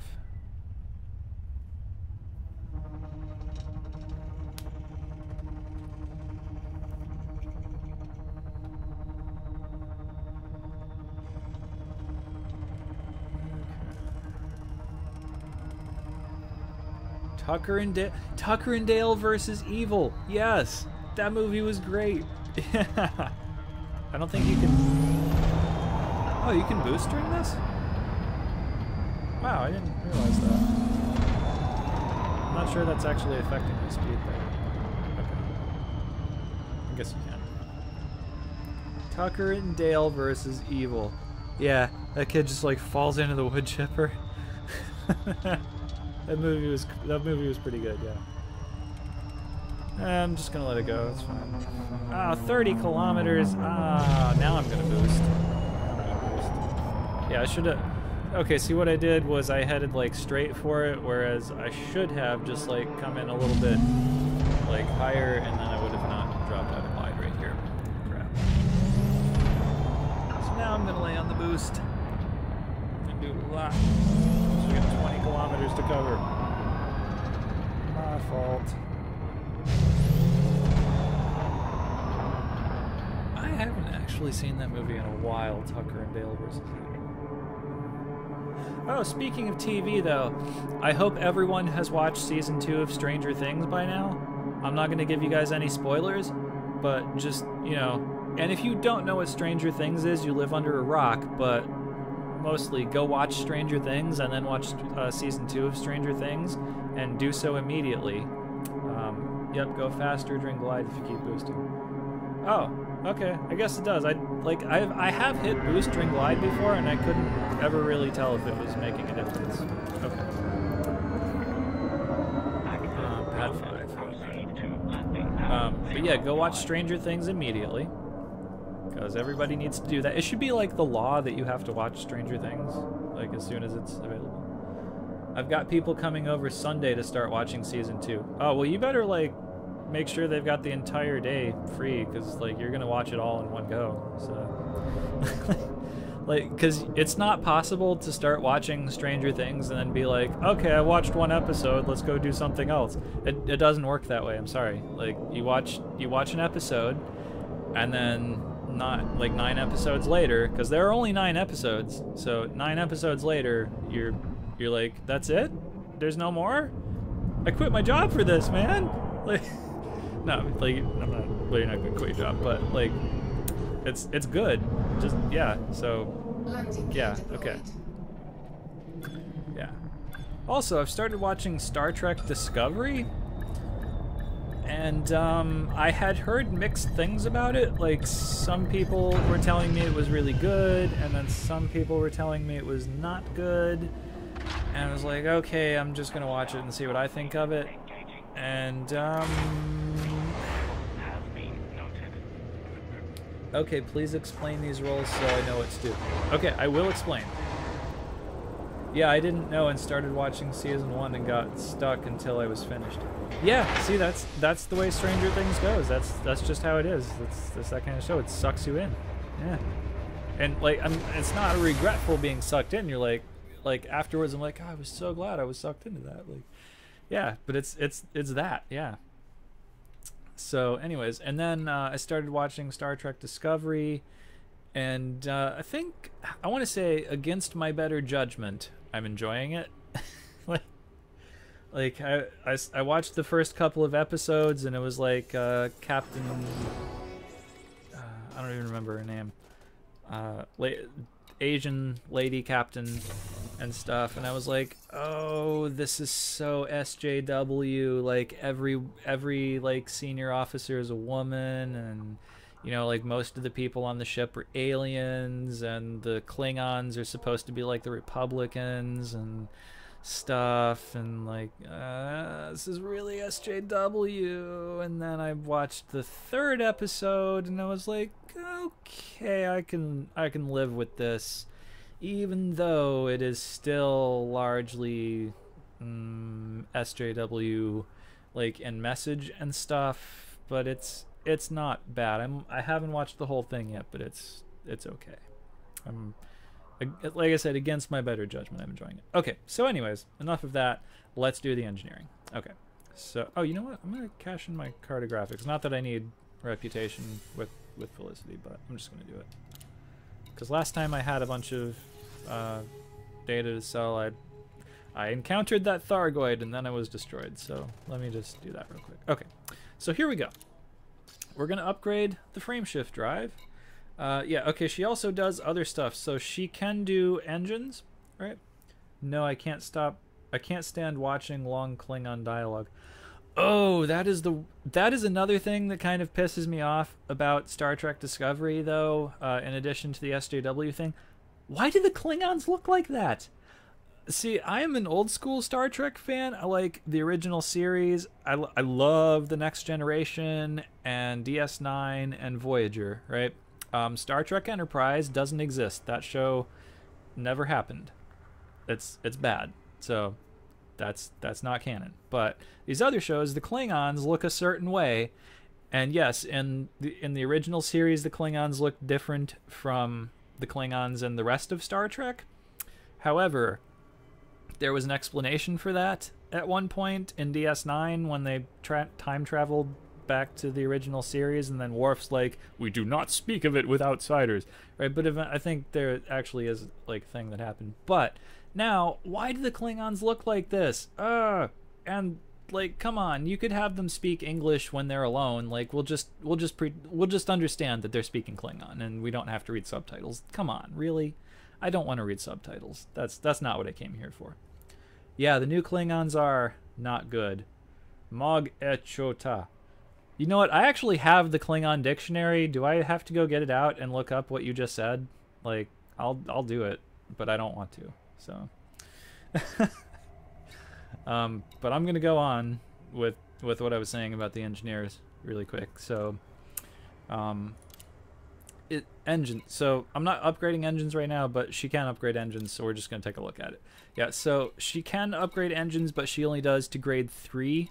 And what I want is dirty drive tuning, but I want grade 5 of it, and we have to go to Professor Palin for that. So this is just to show you that she can do engines if you don't have Professor Palin and you don't...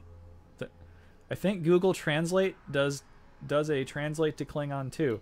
No way, really? Oh my... Okay, I have to look now, I'm sorry. I don't think you guys can see my Google window. Hang on. But... Okay. Let's see. Enter text. Is Klingon a selection in here? Canada, Kazakh, Khmer, Korean, Kurdish, Kyrgyz, and that's all the K's. I don't see Klingon in there. But I do have the Klingon dictionary. So... okay, so, yeah. But Felicity Farseer... Oh, you know what? There's another engineer who can upgrade frameshift drives to grade 5, I think. And it is Elvira Martuk, I think.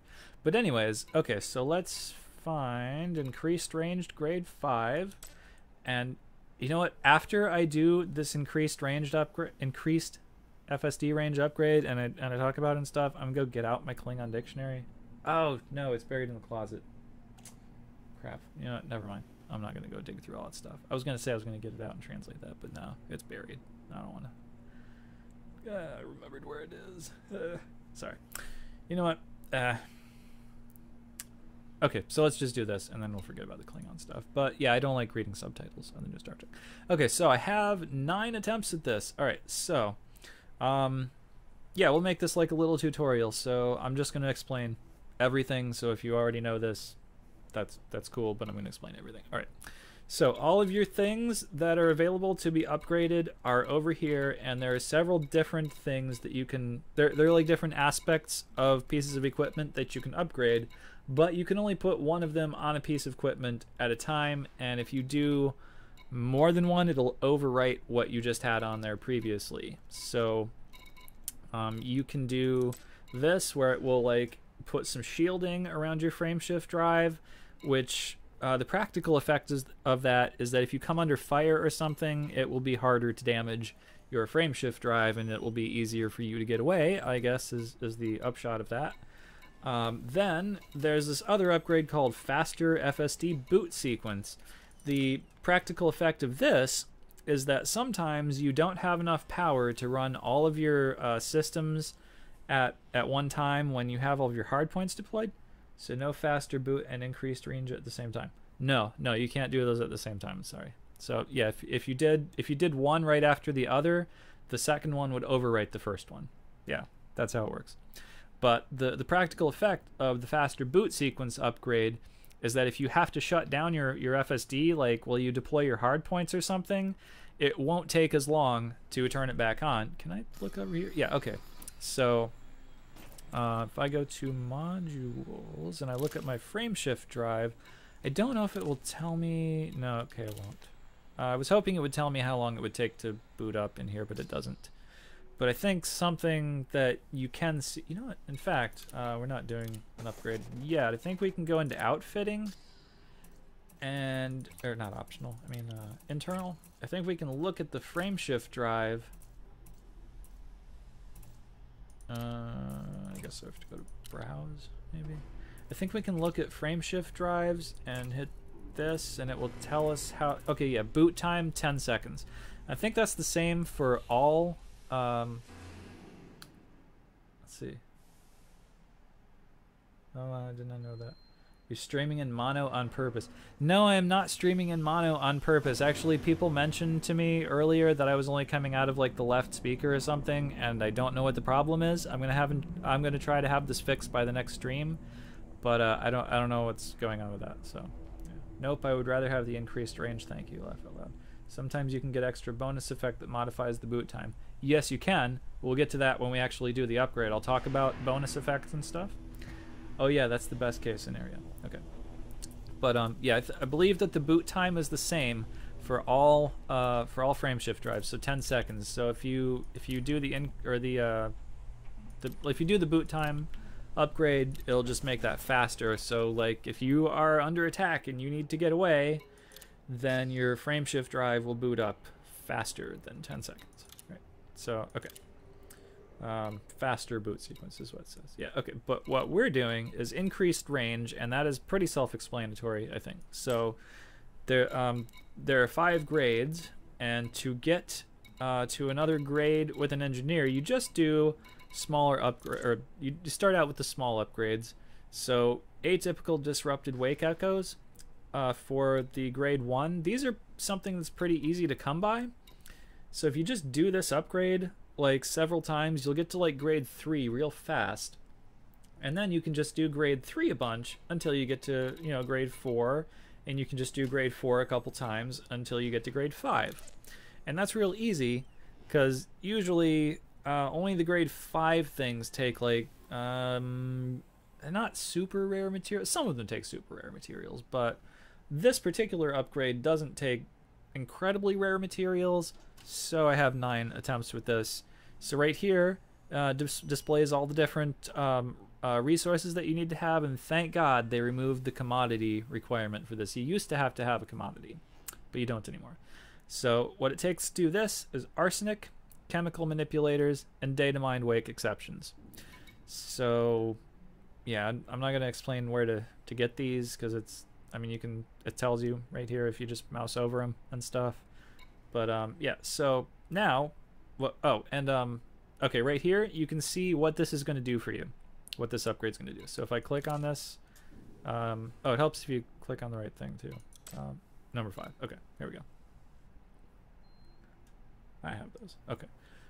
So this is how it's going to affect this particular. This is how it's going to affect your frameshift drive.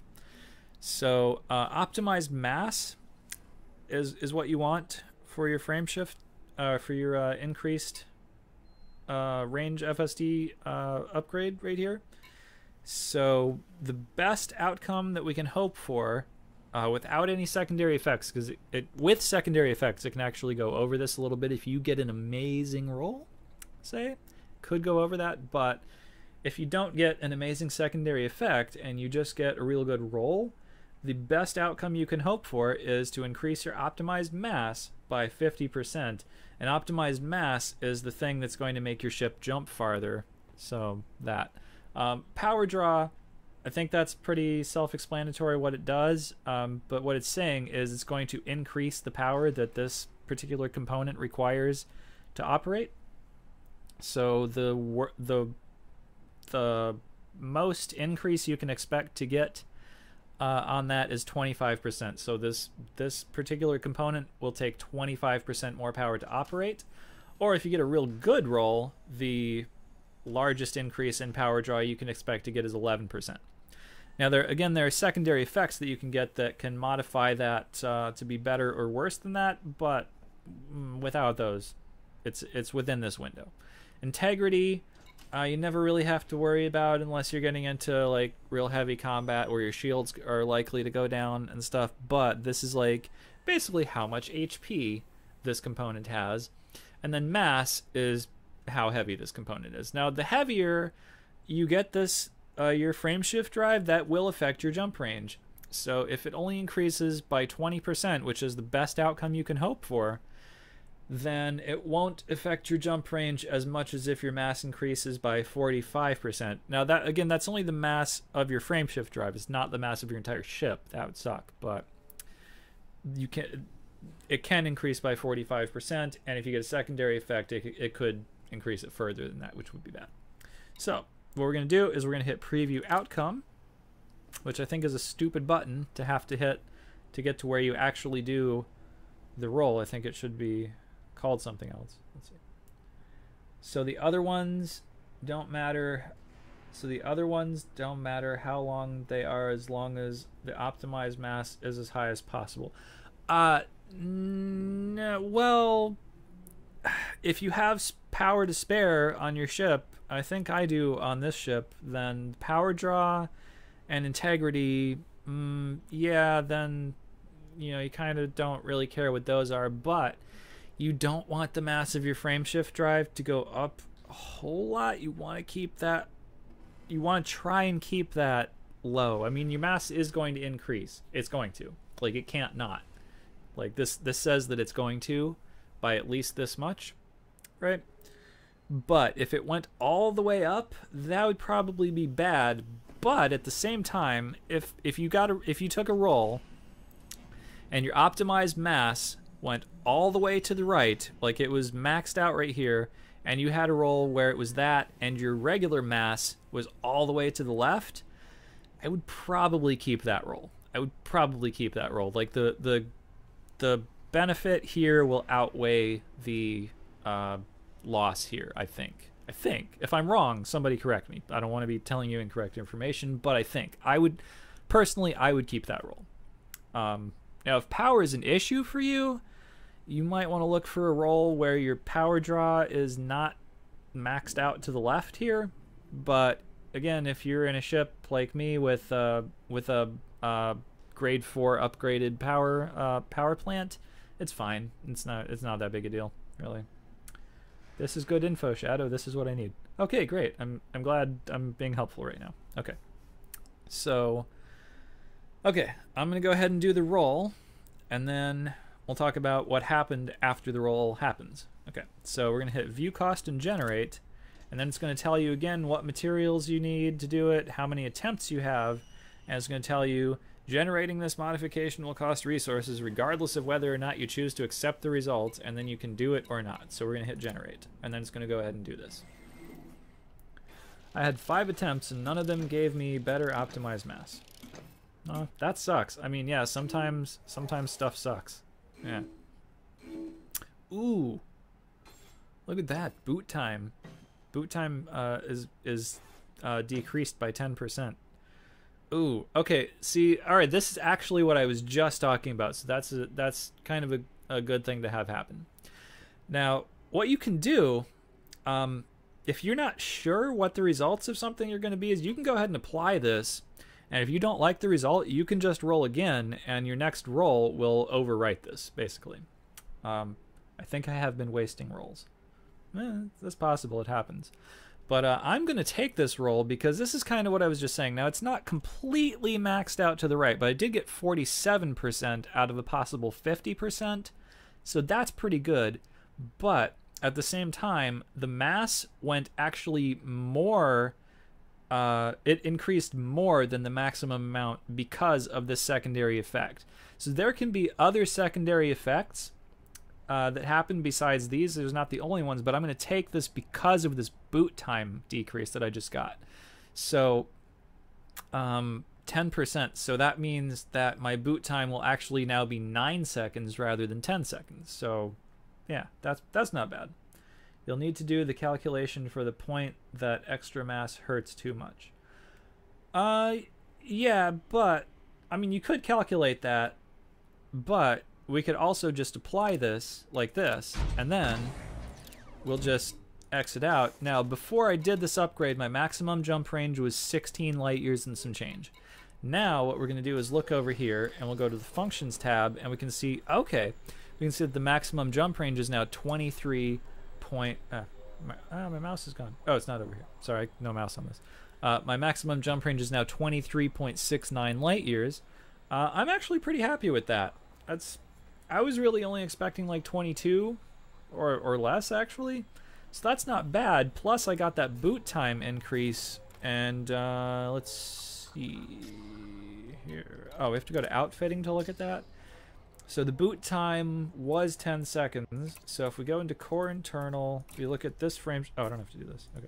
We look at this, and we can see the boot time has decreased by 10%. Now it's only 9 seconds.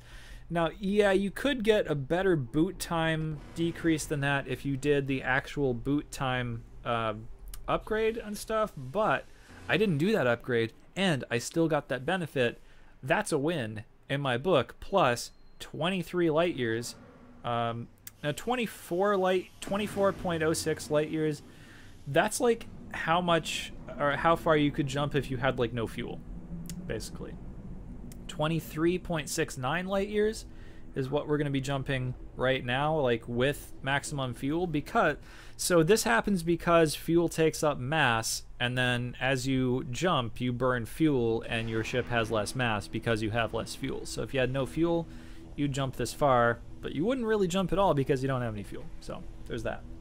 Mass affects more than just jump range though, so it's something to keep in mind. Yeah, that's true. It does affect more than jump range. It can also affect your top speed and your maneuverability and other probably other stuff too. It can affect things like that.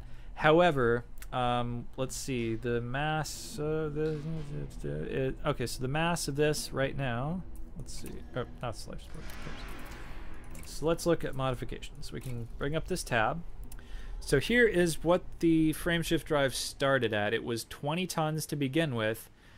So the mass has gone up by 49.4%, and it is now 29.89 tons. So we could say it's 30 tons. So we could say that the mass has just increased a lot, basically. So it's basically increased by 10 tons. But we did get a lot of jump range. So, I mean, we had 16 light years of jump range before. Now we have 23.69 light years of jump range. I like that roll. I was actually planning on doing more than one roll, but that's a pretty good roll. I think if I kept rolling, I'd probably get a worse roll, and I probably wouldn't get this boot time increase again, or decrease again. So, yeah, I'm good with that.